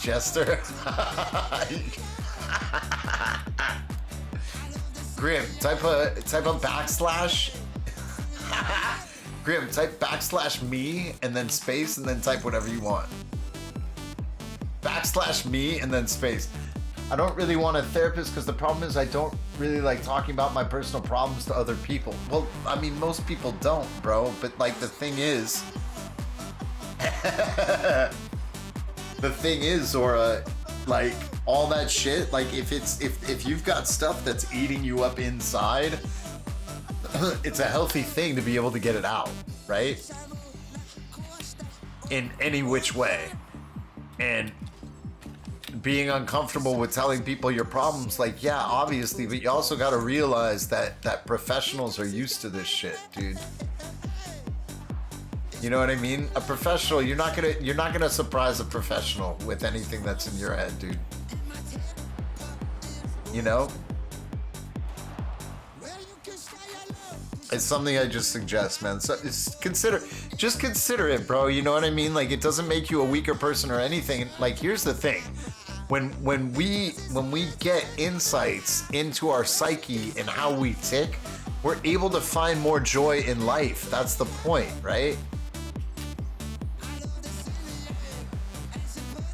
Like, it's a key to finding more joy in life, dude, because you're discovering more about how you work and your intricacies. For someone like me that's riddled with so many fucking neurodivergencies, oh, you fuckers. I love you, Spuddle. You got one more, D-Trace? I think me and Jester equals a GC. You still gotta get me off stream though, too. Zora, there's nothing wrong with seeing a therapist or going to a group for mental health. Honestly, no joke. Yeah.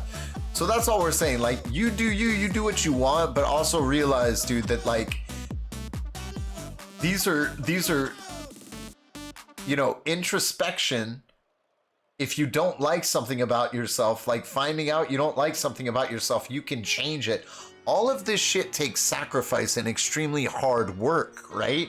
But if you do these things, Zora, this is what leads to more happiness and joy, right? So I'm just letting you know that's the, like, not necessarily, talking to someone's not necessarily the remedy, but I really, really believe it could help. Because I mean, like, quite frankly, maybe you could go into nature and that would change you like that. You know what I mean? Like, I think there's just a multitude of ways to help mental health in many different ways. But that being said, even though I have been helped more outside of therapy than inside therapy, I still will take advantage of therapy when I can because it still helps and it still provides insights, right? So it's just something I would like you to consider, because I think you're talking about peace. Like, that's a way to get there. It takes sacrifice and introspection, dude. I talk to my parents about personal stuff that I'm going through. They most of the time brush it off. That's why I would like go to outside and just chill outside, and that's another form of escape. Yeah, I would just consider what I was telling you, dude. That's all. It's not easy, bro. Growing up ain't easy, dude. I'm still doing it.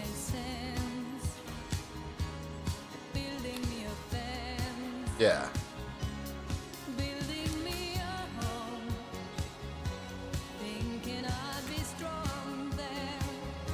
Like, I mean, for real, bro, like, I feel like, and everything is relative. Like, I say this now, but it's probably bullshit and I just don't realize it. But it's like, I feel like I started really figuring out like who I was as a person in my fucking 40s, dude.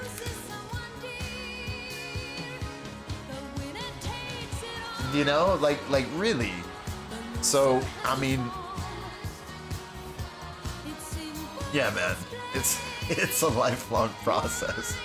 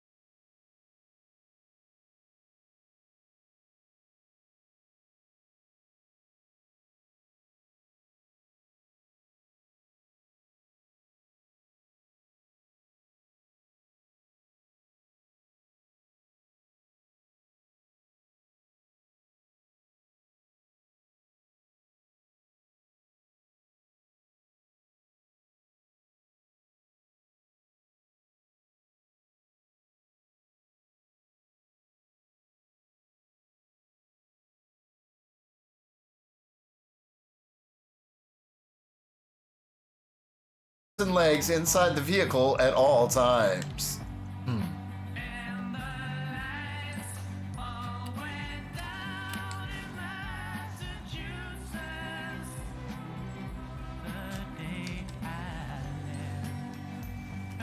Sorry.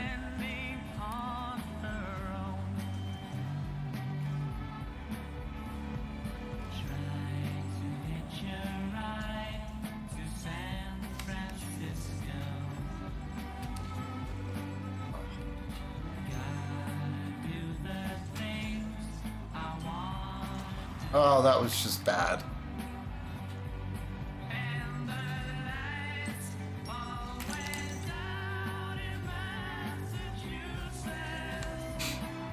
Uzi, I'm gonna read what you said because I am interested. Oh, what a save.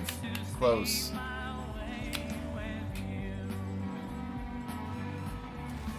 Nice shot. Boozy says songs are usually remastered when there's a medium change. When everyone went from listening to 2-channel stereos at home to mostly in their cars, they remastered to sound better in cars. Then when people started wearing headphones, they remastered for headphones. They remastered. Then when the AirPod took over the world, they ruined music with a terrible remaster that sounds okay on the AirPods, but like shit on anything else. And yes, you need some tech to sound good, but not to write good music. There's no saving bad recording. True. Thank you, Boozy.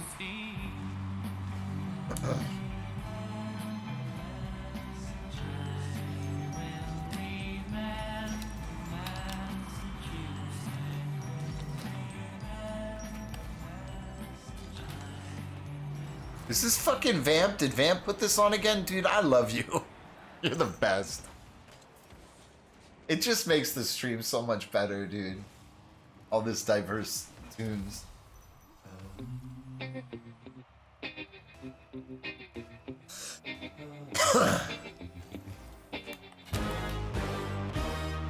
Strange time we're living in, panic and hysteria. Poor man learn, the rich man don't care for your narcissist mindset spread like malaria. Sit back and watch the show.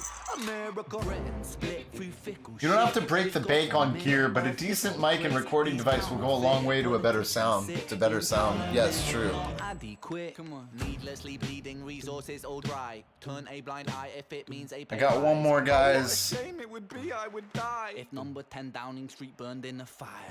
Only joking, only messing, don't be stressing. I'm a peaceful adolescent, there's no need to be unpleasant. Write my thesis in a rhyme scheme to analyze the brain while my fingers on the trigger of a money game. Oh, rain, rain, rain, rain.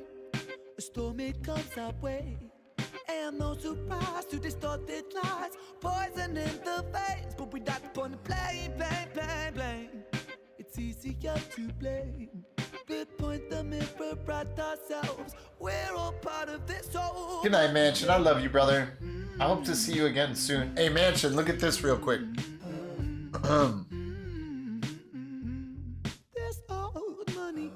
That's what I do on Mondays. Except next Monday.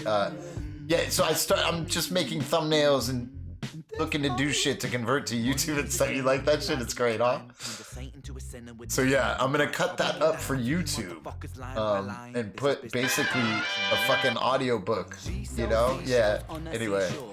Good night, my boy. It's always good to see you. Wrong team, Filthy. I'm always on the wrong team, and I'm sorry. No one wants to buy shells because there's loads on the sand. Step 1, must create a sense of scarcity. Shells will sell much better if the people think they're rare, you see. Bear with me. Take as many shells as you can find and hide them on an island. Stockpile them high until they're rarer than a diamond. Step 2. Gotta make the people think that they want, really fucking want. Hit them like Bronson. Influencers, product placement, featured primetime entertainment. If you haven't got a shell, then you're just a fucking waste, man. Free. It's Monopoly. Invest inside some property. Start a corporation, make a logo, do it properly. Shells must sell. Alright, Corpse.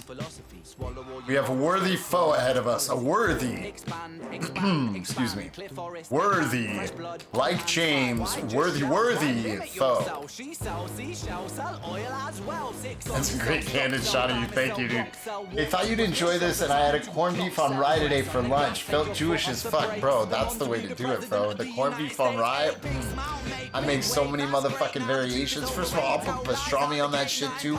Melt provolone, put it on a fucking onion roll with some either grilled onions or raw onions, lettuce.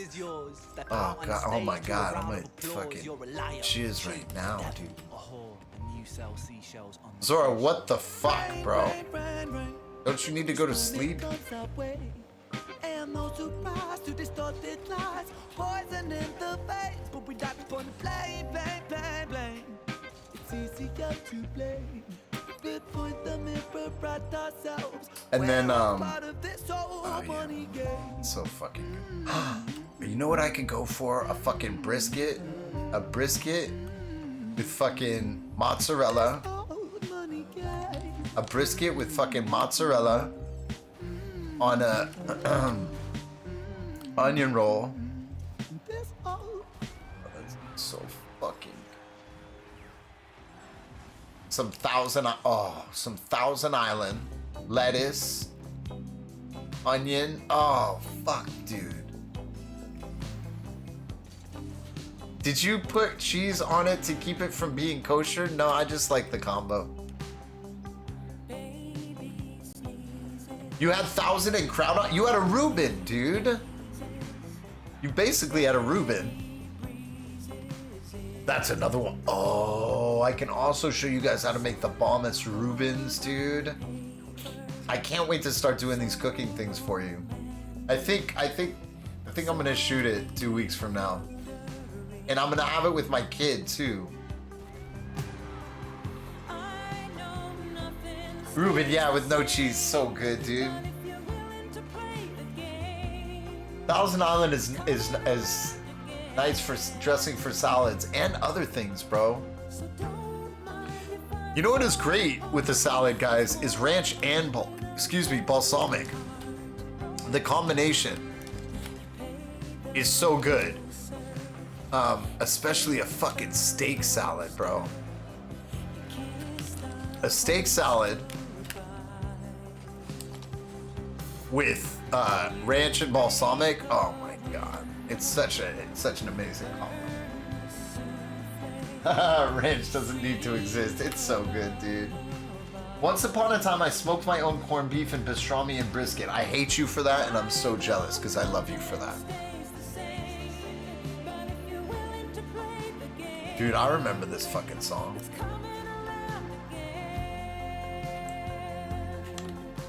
Why does this make me think of Yogurt Stain? I mean, what doesn't? That sexy fucking smudging of fucking white glory.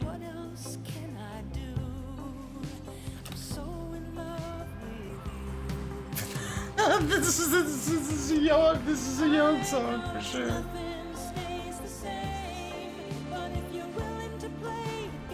This is a great song. I've been wanting to get into smoking meats, but I'm already watching my diet. I'd die if I got into it. Well, I mean, hey, dude, like, you can pace yourself, and like, there's a lot of protein in that shit. But yeah. Eventually, if I have the money, I really would love to buy a smoker and smoke my own meats, dude. Oh, man.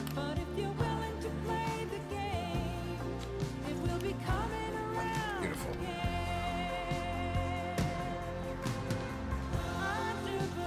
Next time I do it, I'll let you know. Oh, please. At least pictures. At least. I just got chills. Last brisket I did was Wagyu. It was stupid good. I fucking believe you, dude. That definitely merits a link up, dude. Pun intended. What do you recommend, Booze, for a smoker?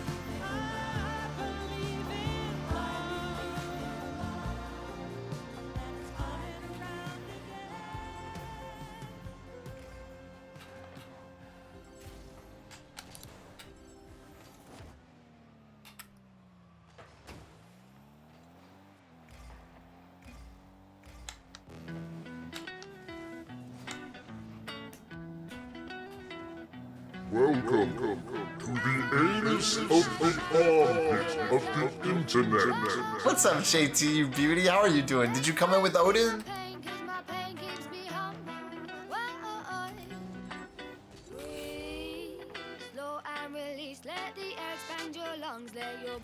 Nah, how are you doing, man? It's good to see you.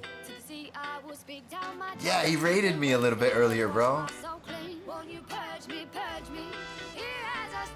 Chillin'. It's good to see you, brother, as always. Nutsock says, Booze, you know you're an old man when people are asking you advice on grilling.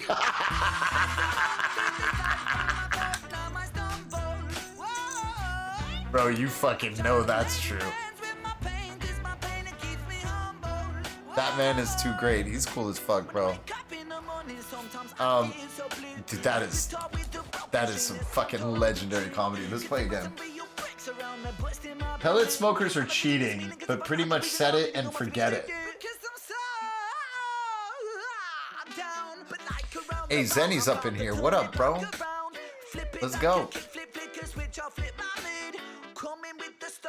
I'm so glad that didn't work for you, JT. I'm tired.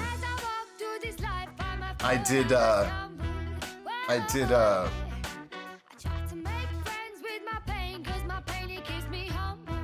11.5-hour match, 11.5-hour stream yesterday. And then I have to do a 24.5-hour stream on Thursday. You were there, that's right. Bro, I was so tired I felt drunk. I am not tending a fire for 16 hours to make a brisket. Oh, is that the pellet one? Or the pellet one is not, like, leave it. Fair enough. Would it taste any better that way? Probably no difference, huh?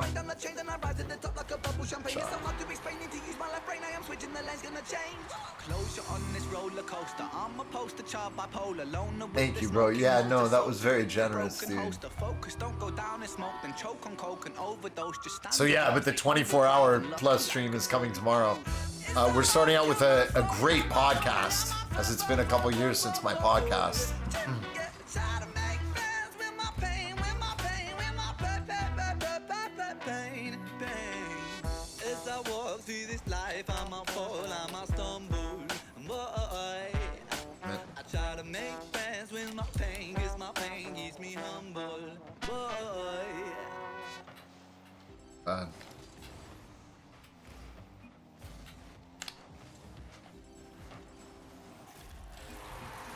That was good. That was good. Pellet is easy peasy. Literally set the temperature and stick some thermometers in the meat.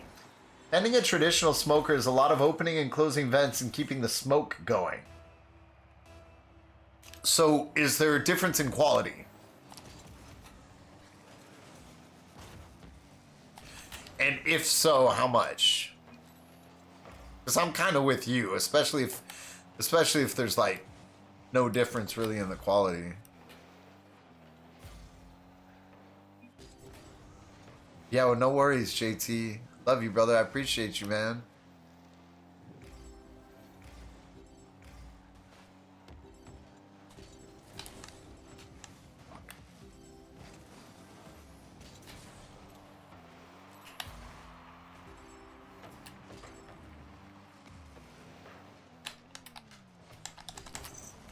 Sorry.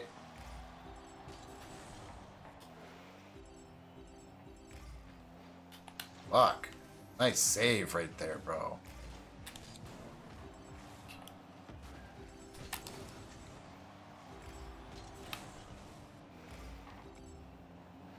I think it's longer than that, JT. It feels like longer, and that's a good thing. I want to say thank you for letting me vent a few minutes ago. Always, homie. You're the homie, Zora. We love you, bro. We got your back, dude. We want you to thrive and be happy. And you know what? It's a process, and it's hard, and it's tough. But, you know, your friends are always going to tell you how it is, bro. I don't understand. I don't understand people that, like, are friends, and it's like they'll candy coat shit. Or I just don't, like, what?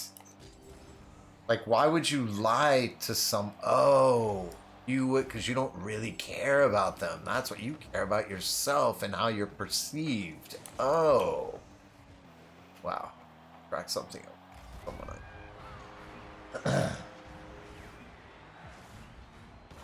Different wood pallets for different types of meats and different styles. Interesting. I mean, probably a little difference between someone who really knows how to run a smoker and a pellet, but not enough. Just get a decent pellet made of wood you want from smoke. Yeah. That's why I will never lie to Rocket. That's why I will never lie to Jester about how crappy he is at Rocket League. I'm the best. Look, we've got 3 points here, and it's all because of me. See how good I am right here? I'm taking my roommates. I'm taking my roommate. Jesus Christ, I'm tired. Taking my teammates' boost. All that stuff. All that glorious good stuff.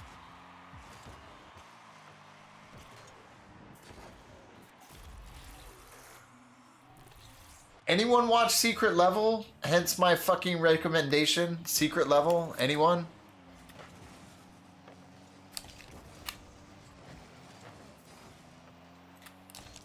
So good. It's an anthology about narratives in video games. Like, narratives based on video games. Fucking awesome, right, Grim? How fucking cool is it? I watched a bit of Secret Level, didn't hit for you. You even saw the first, Boozy, you even saw the first episode and that didn't even hit? You saw the first episode, the D&D episode, and that didn't even hit for you? Oh my god. That was the best Dungeons and Dragons fucking rendition of any, like, piece of, for me, film, TV, anything so far. I thought it was that good. I was so happy with it. Even better than Vox Machina.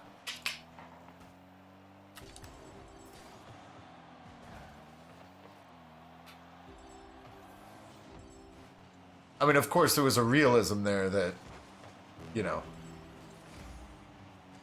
definitely got to have humor in your role-playing game. I get that, but the way, I don't know, it was so good, dude. It was so fucking good. I had to look up to see who did it. It was Tim Miller, who did Love, Death, and Robots as well. Wasn't enough to get me back into it. Been watching Crapopolis.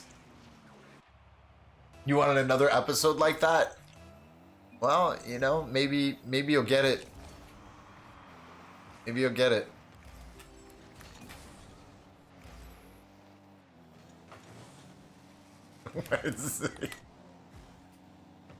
God help me, please. Help me, God help me, please. I love it. Oh, I gotta see it. Oh, that was close.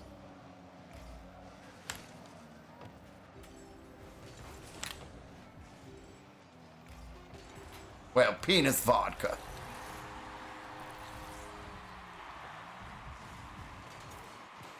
And Sakamoto Days.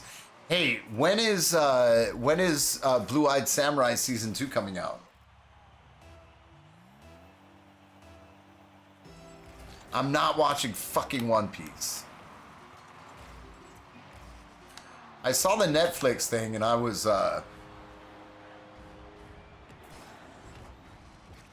Jester, this isn't NASCAR. You can turn more than one direction. I know. No. Alright, one more and then I'm going to bed. I don't know. It's just so, it seems so overwhelming, dude. I saw a bit of the Netflix one. I kind of enjoyed that one. Was the Netflix series good? Bro, it's got 1,200 episodes. Like what? What the fuck, bro? 1,200 motherfucking episodes. It was good. I liked it too. I did like it as well. 1,200 is not that bad. Name any other show that has 1,200 episodes. That's not like Nova or some PBS shit. Gut Morgan, Jester. Gut Morgan, Acilius. You're gonna stone Dr. Stone here soon?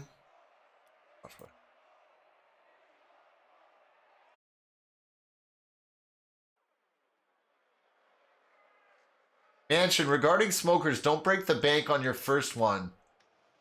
Get one off Facebook or Craigslist for pennies on the dollar. That's a really good advice. So how does he? And also, could you offer how he checks that out to make sure it's like good and good working order and stuff like that? Like, are there ways to check that, like a mechanic? You know. You've been watching One Piece from the start lately.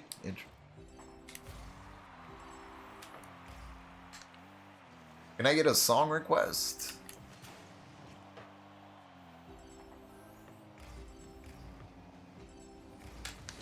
Nice for setting.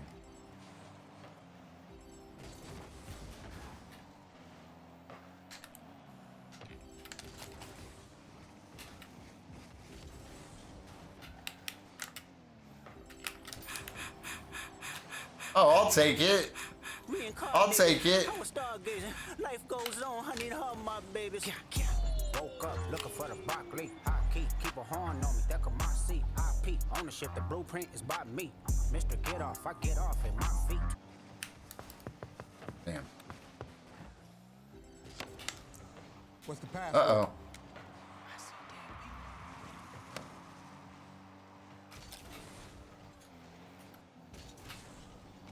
Late.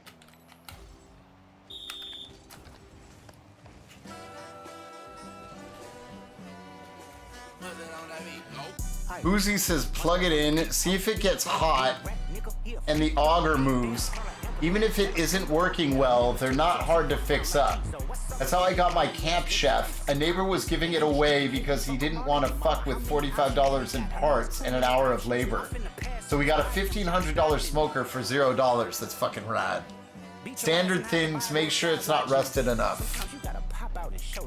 Not rusted through.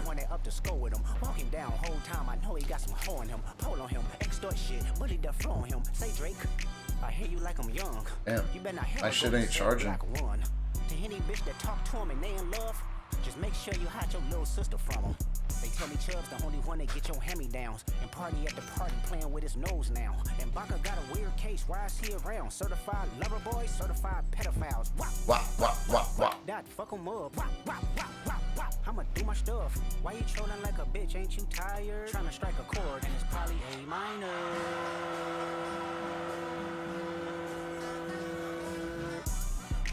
They not like us. They not like us. They not like us. They not like us. They not like us. They not like us. You think the pay gon' let you disrespect Pop, nigga? I think that Oakland show gon' be your last stop, nigga. They cold foul. I don't know why you still pretending. What is the owl? Bird niggas and bird bitches. Go. Oh my gosh. Shape the stories how you want. Hey Drake, they're not slow. Sleep beckons me to stay crusty. I love you, Boozy. I'm gonna hit the hay pretty soon as well. We're gonna raid the wonderful Premanda. So please stick around, dude. She's the homie. I really enjoyed spending time with her last night. She was fucking cool as fuck. Lots of fun. So stay tuned, because I think you guys are gonna enjoy her stream a lot. Fuck no Wayne Grower, he was in jail, that's conniving. Then get his face tatted like a bitch apologizing. I'm glad D-Rose came home, y'all didn't deserve him neither. From Alondra down to Central, nigga better not speak on Serena. And your homeboy needs subpoena, that predator moving How? That name gotta be registered. How? I hit that. How? That was my ball. That was my ball. Fuck the fast break. Look at this.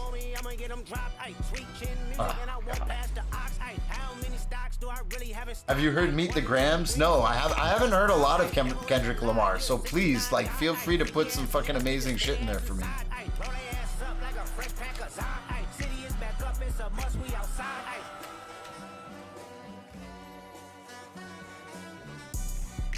They not like us. They not like us. They not like us. They not like us. They not like us. They not like us.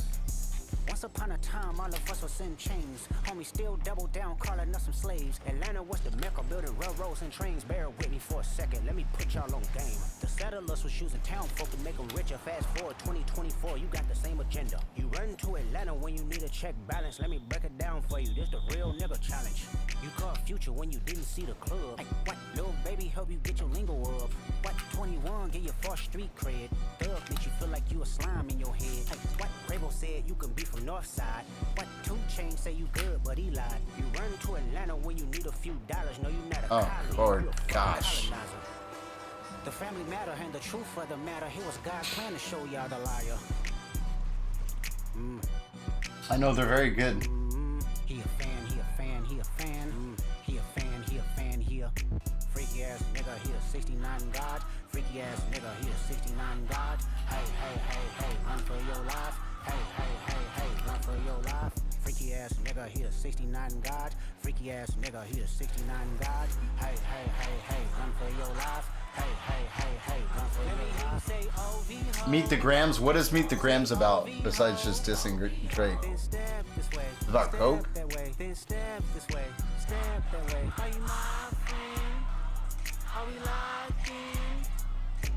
No?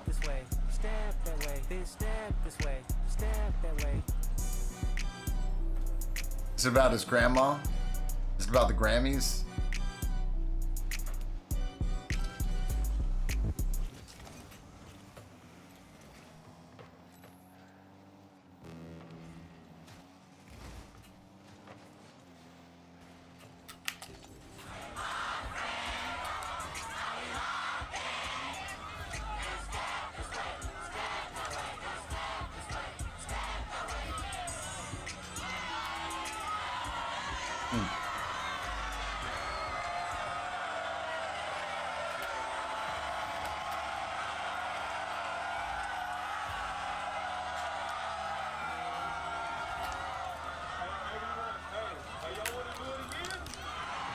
You're that fast, huh?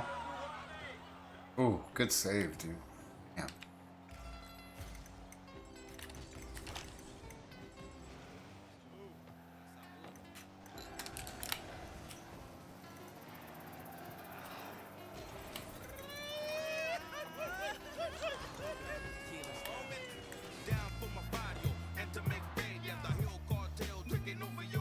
Oh, this fucking song. I love you guys, dude. I gotta go. I'm tired as fuck. We're gonna rate Pre-Manda though, so please stick around. She's playing a game called Madison.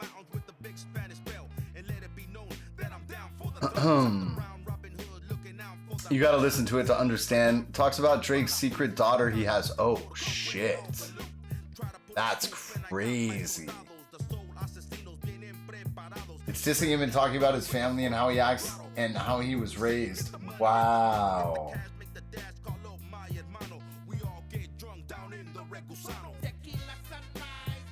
That was good. Hey, I love you guys, man. Thanks for fucking kicking it, dude. Tomorrow, I will be on tomorrow night.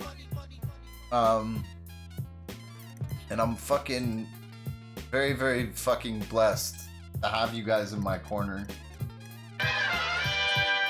Yeah, GG's, Corpse. I appreciate you. I'm gonna hit the hey when you rate 8. Thanks. Yeah, stick around. Will you guys please stick around and say hi? Are you fucking kidding me, dude? I was just about to rage you, bro.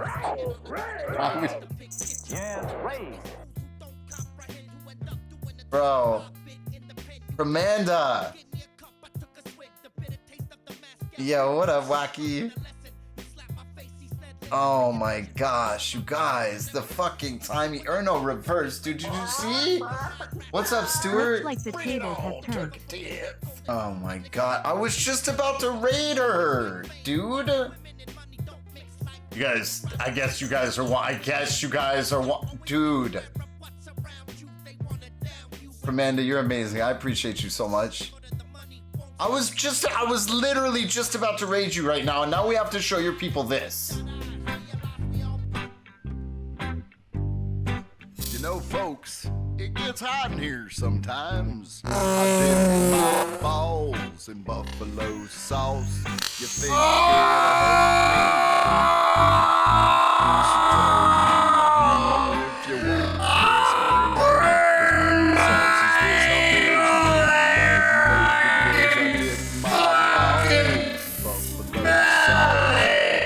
it'll hurt me? If you want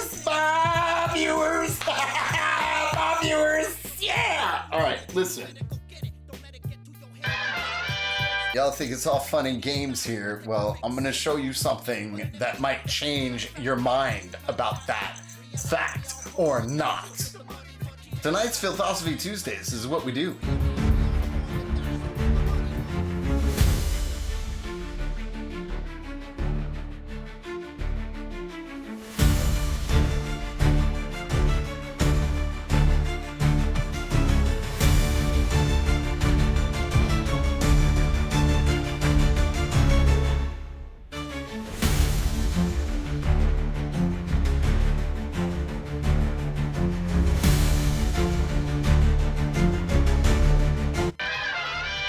Yeah, that's right. I'm so glad you brought that up again, Versetti.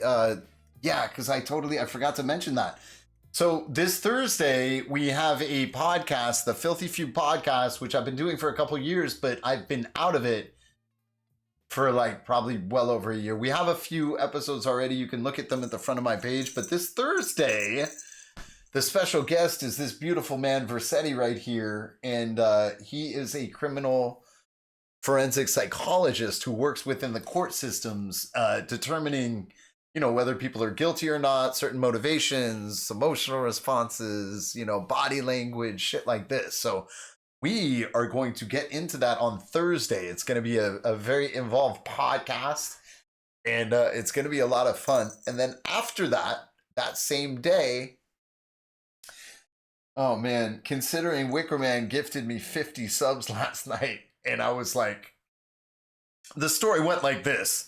Wicker, I was like, they were like, do a 36-hour stream, just like, and I was already fucking tired. I had already been up for like a few hours. And I was like, the only way I'd ever do a 36-hour stream is if someone gifted me 50 subs. And that's not going to happen. So, and literally half a minute later, Wicker dropped fucking 50 bomb. And he's like, fuck you, filthy. And I was like, or rather, God was like, Wickerman 666. Tell Candace you're waiting for Bofa. God's got a bit of a childish sense of humor, but hey, don't we all? Wait, sex bots? Indeed, it's going to be the technology of the future, my friend. You think certain things are big now. It's got to be an early night for me, so I raided early. Dude, I appreciate the raid so much. How was your stream? And what is Madison? Can you fart on command for me? No, but I still love you. I can't stay up longer before I pass out. No, go to sleep, bro. Go to sleep. Go to sleep, little boy. Go to sleep, little boy. You know what I'm going to do? I'm going to do a motherfucking Slay the Spire run. In it.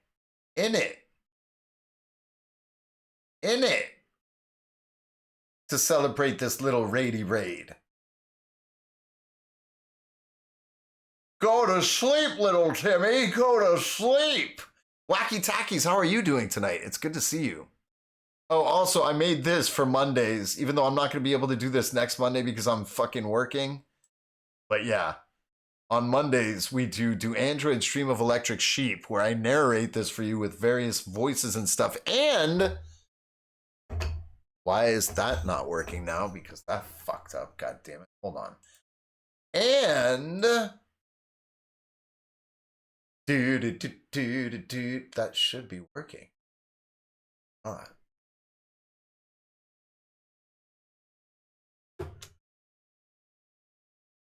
Fucking what? Anyway, I've got Ableton hooked up to this as well. Oh shit, sorry. I've got Ableton hooked.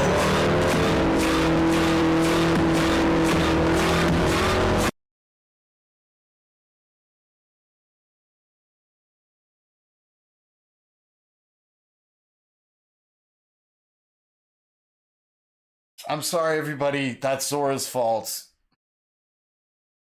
Thank you for the bits, dude. You got a 25k bits badge. You're insane. And dude, thank you very much, Zora. Wow, dude.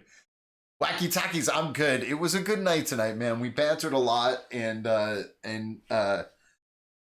yeah, dude, the question of the evening, Wacky Tackies, let me ask you.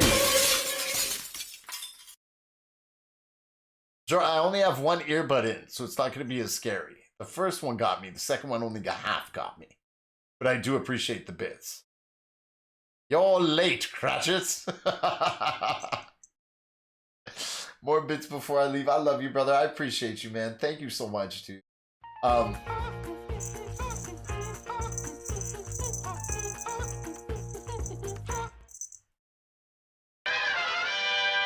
What's the question? Thank you for getting me back on track. So the question of the evening was, if you were gifted $1 million right now, how would that change your life and what would you do with it? You don't have to answer that, of course, but I thought it would be interesting. There's definitely a reason why I'm keeping the question at $1 million. When will I ever get a command? You hold your horses, buddy. You definitely deserve one. So you just, is there anything in particular you would like? If not, I can come up with something for you. How about Zora the Gay Blade?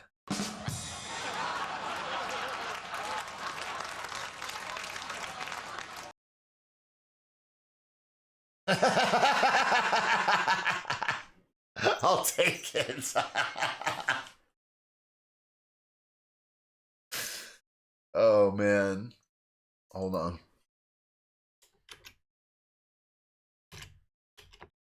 Yeah, you shall have one too, Versetti.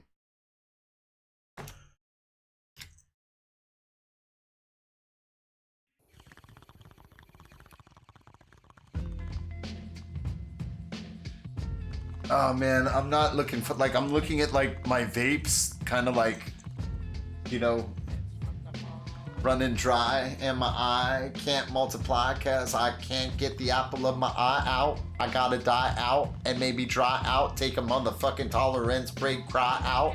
I'm gonna cry up all night if I don't get my motherfucking feelings right. All night, on tight, out of sight like a motherfucking demon. I'm dreaming, I'm reaming. Dreaming and screaming at my demons. I don't really have a fucking reason why I want to go back on the attack, but I do want to really do all that math, figure out the intricacies of the universe. Want to do this with the motherfucking multiverse. Am I on an alternate timeline? I don't think so. I'll have to unwind, rewind that tape deck, erect that microphone as I blow the ozone out this motherfucking layer. Ye think I was a fucking player, but no, I'm too fucking sensitive. What's gonna happen when you get that Wiz Khalifa? The reefer. Mental health, ADHD, absolutely. So another thing we do in here is I'm really neurodivergent, and I take pride in the fact that I can give people very, very good mental health advice. I'm not a therapist, I don't claim to be, but I think I give pretty good advice, and other people think so as well. So this is definitely a place for that as well.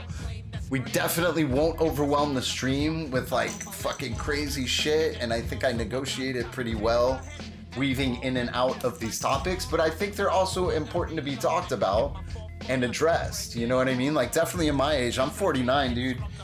And in my time, it was like, you know, it's definitely a stigma, especially for men and stuff, you know, to have these issues. And I gotta tell you, I'm pretty grateful that there's definitely more acceptance in this regard. You know, society has kind of grown up a little bit in accepting these things, you know? I don't know who Zenny is here. He's a fucking legend. He's Zenny in chat too, I'm pretty sure. But I had to dip for a second to comfort my roommate. Well, I'm glad you did that. Did you get anything out of it? Humana. Well, that was amazing. Pramanda and her company coming in here. What the fuck was Madison? What was Madison, Wacky Tackies? What up, Nader? Yo, what's up? Long time since I've dropped by. I don't know if you remember me or not. Used to be Twisted Aviator, of course, dude. How are you doing? I was wondering about you. How was life, man? I'm so happy you came back. Yeah, I thought about you from time to time, dude. Late Primate, I'm playing trivia. Oh, dude, we love trivia, bro. Oh, man. Fuck, it's a little late for Trivia Murder Party, but we have all the jackpots boxes. Spiky, you gotta come back and play with us, dude. We love trivia and shit like that, dude. And tonight, too. Do it. Oh, man. I'm fading, man. I got 5 hours last night, and I have to do a 24-hour stream on Thursday. I think I'm gonna wrap it. It's a horror game story mode straight through with tons of jump scares. Ooh, that sounds cool. Currently winning in trivia in another stream. Nice, dude. I'll play. I know, guys. I gotta run it. I fucking love you guys, man. Give me a minute though. I'm good. Chasing Storms full time. Hey, our buddy NATO does that as well. Chasing Storms full time during storm season now. Bought a house on Oahu for the winter season. That's amazing, bro. Always good to see you, man. That sounds fucking awesome. You got a place in Oahu, dude. Maybe one day I will too. Be able to get out to Hawaii or something. Something in the way we surf. That would be nice. All right, let's see. Even raided Joker before? Been a long. Did I raid Joker recently?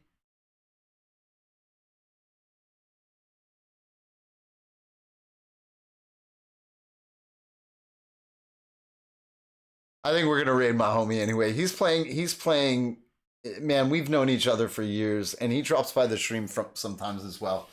So he's got a few viewers right now. He's playing Call of Duty. So I'm gonna bless him with you, beautiful people. Oh, Wacky, I'm gonna have to do this now because I just think you're the homie.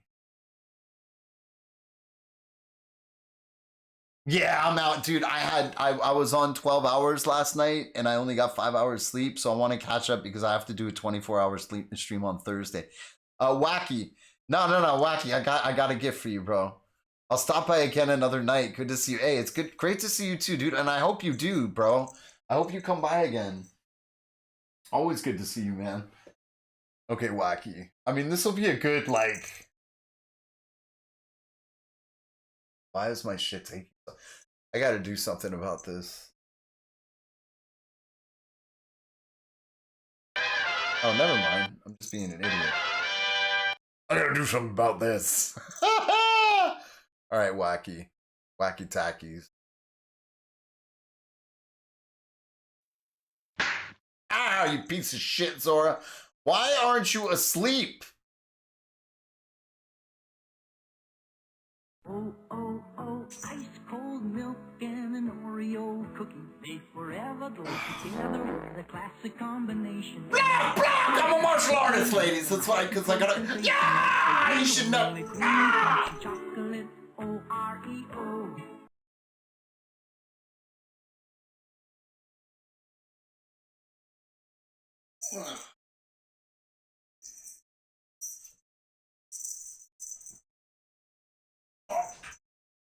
Wacky tackies, don't you look at my crackies. We love you, you know it's true. Welcome to the filthy few. Welcome to the filthy few. We love you, wacky tackies. Ow, just fucking slap my ball for you, asshole. Okay, listen, wait, okay, listen, okay, Wacky, okay. So, the deal is, Twitch is the armpit of the internet, as say, and the Filthy Jester Show is the anus of the armpit of the internet. But Wacky, just so you know, you're safe here. You're safe here. Okay, you're safe here. I swear to God, you're safe. I'm totally safe here. Bullshit. Thank you for calling DoorDash. This is Filthy.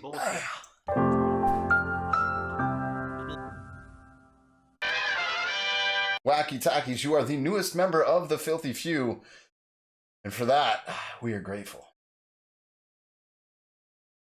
Jones, what's up then?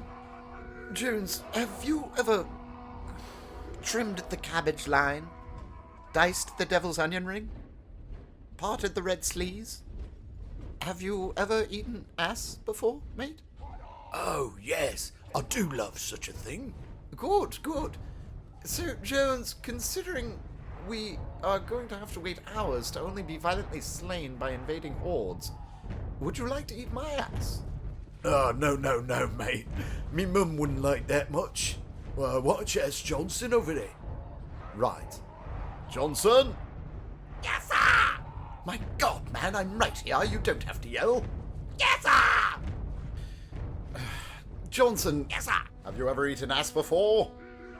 I don't believe I have, sir. Would you like to eat my ass, Mr. Johnson?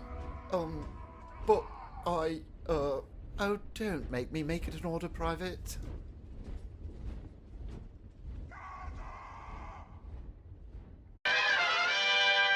Oh, Tackies, duty calls. No worries, darling, no worries. All right, we are gonna go raid my buddy. I love you guys, man, and fuck, man. I'll see you guys tomorrow. Tomorrow night. I'm tired. Good night, good night. Stick around for the raid. I love you so much. Thank you for Tuesday. Filthy philosophy, philosophy.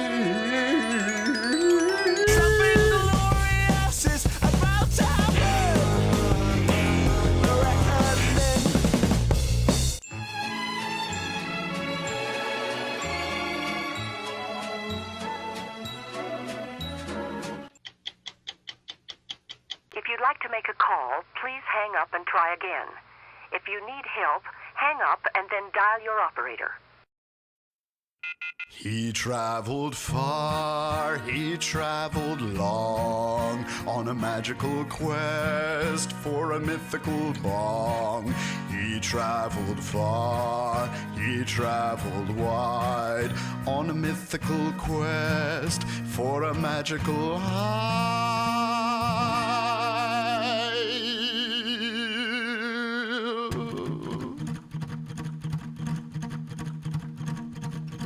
He traveled far, he traveled long, on a magical quest for a mythical bong. He traveled far, he traveled wide, on a mythical quest for a magical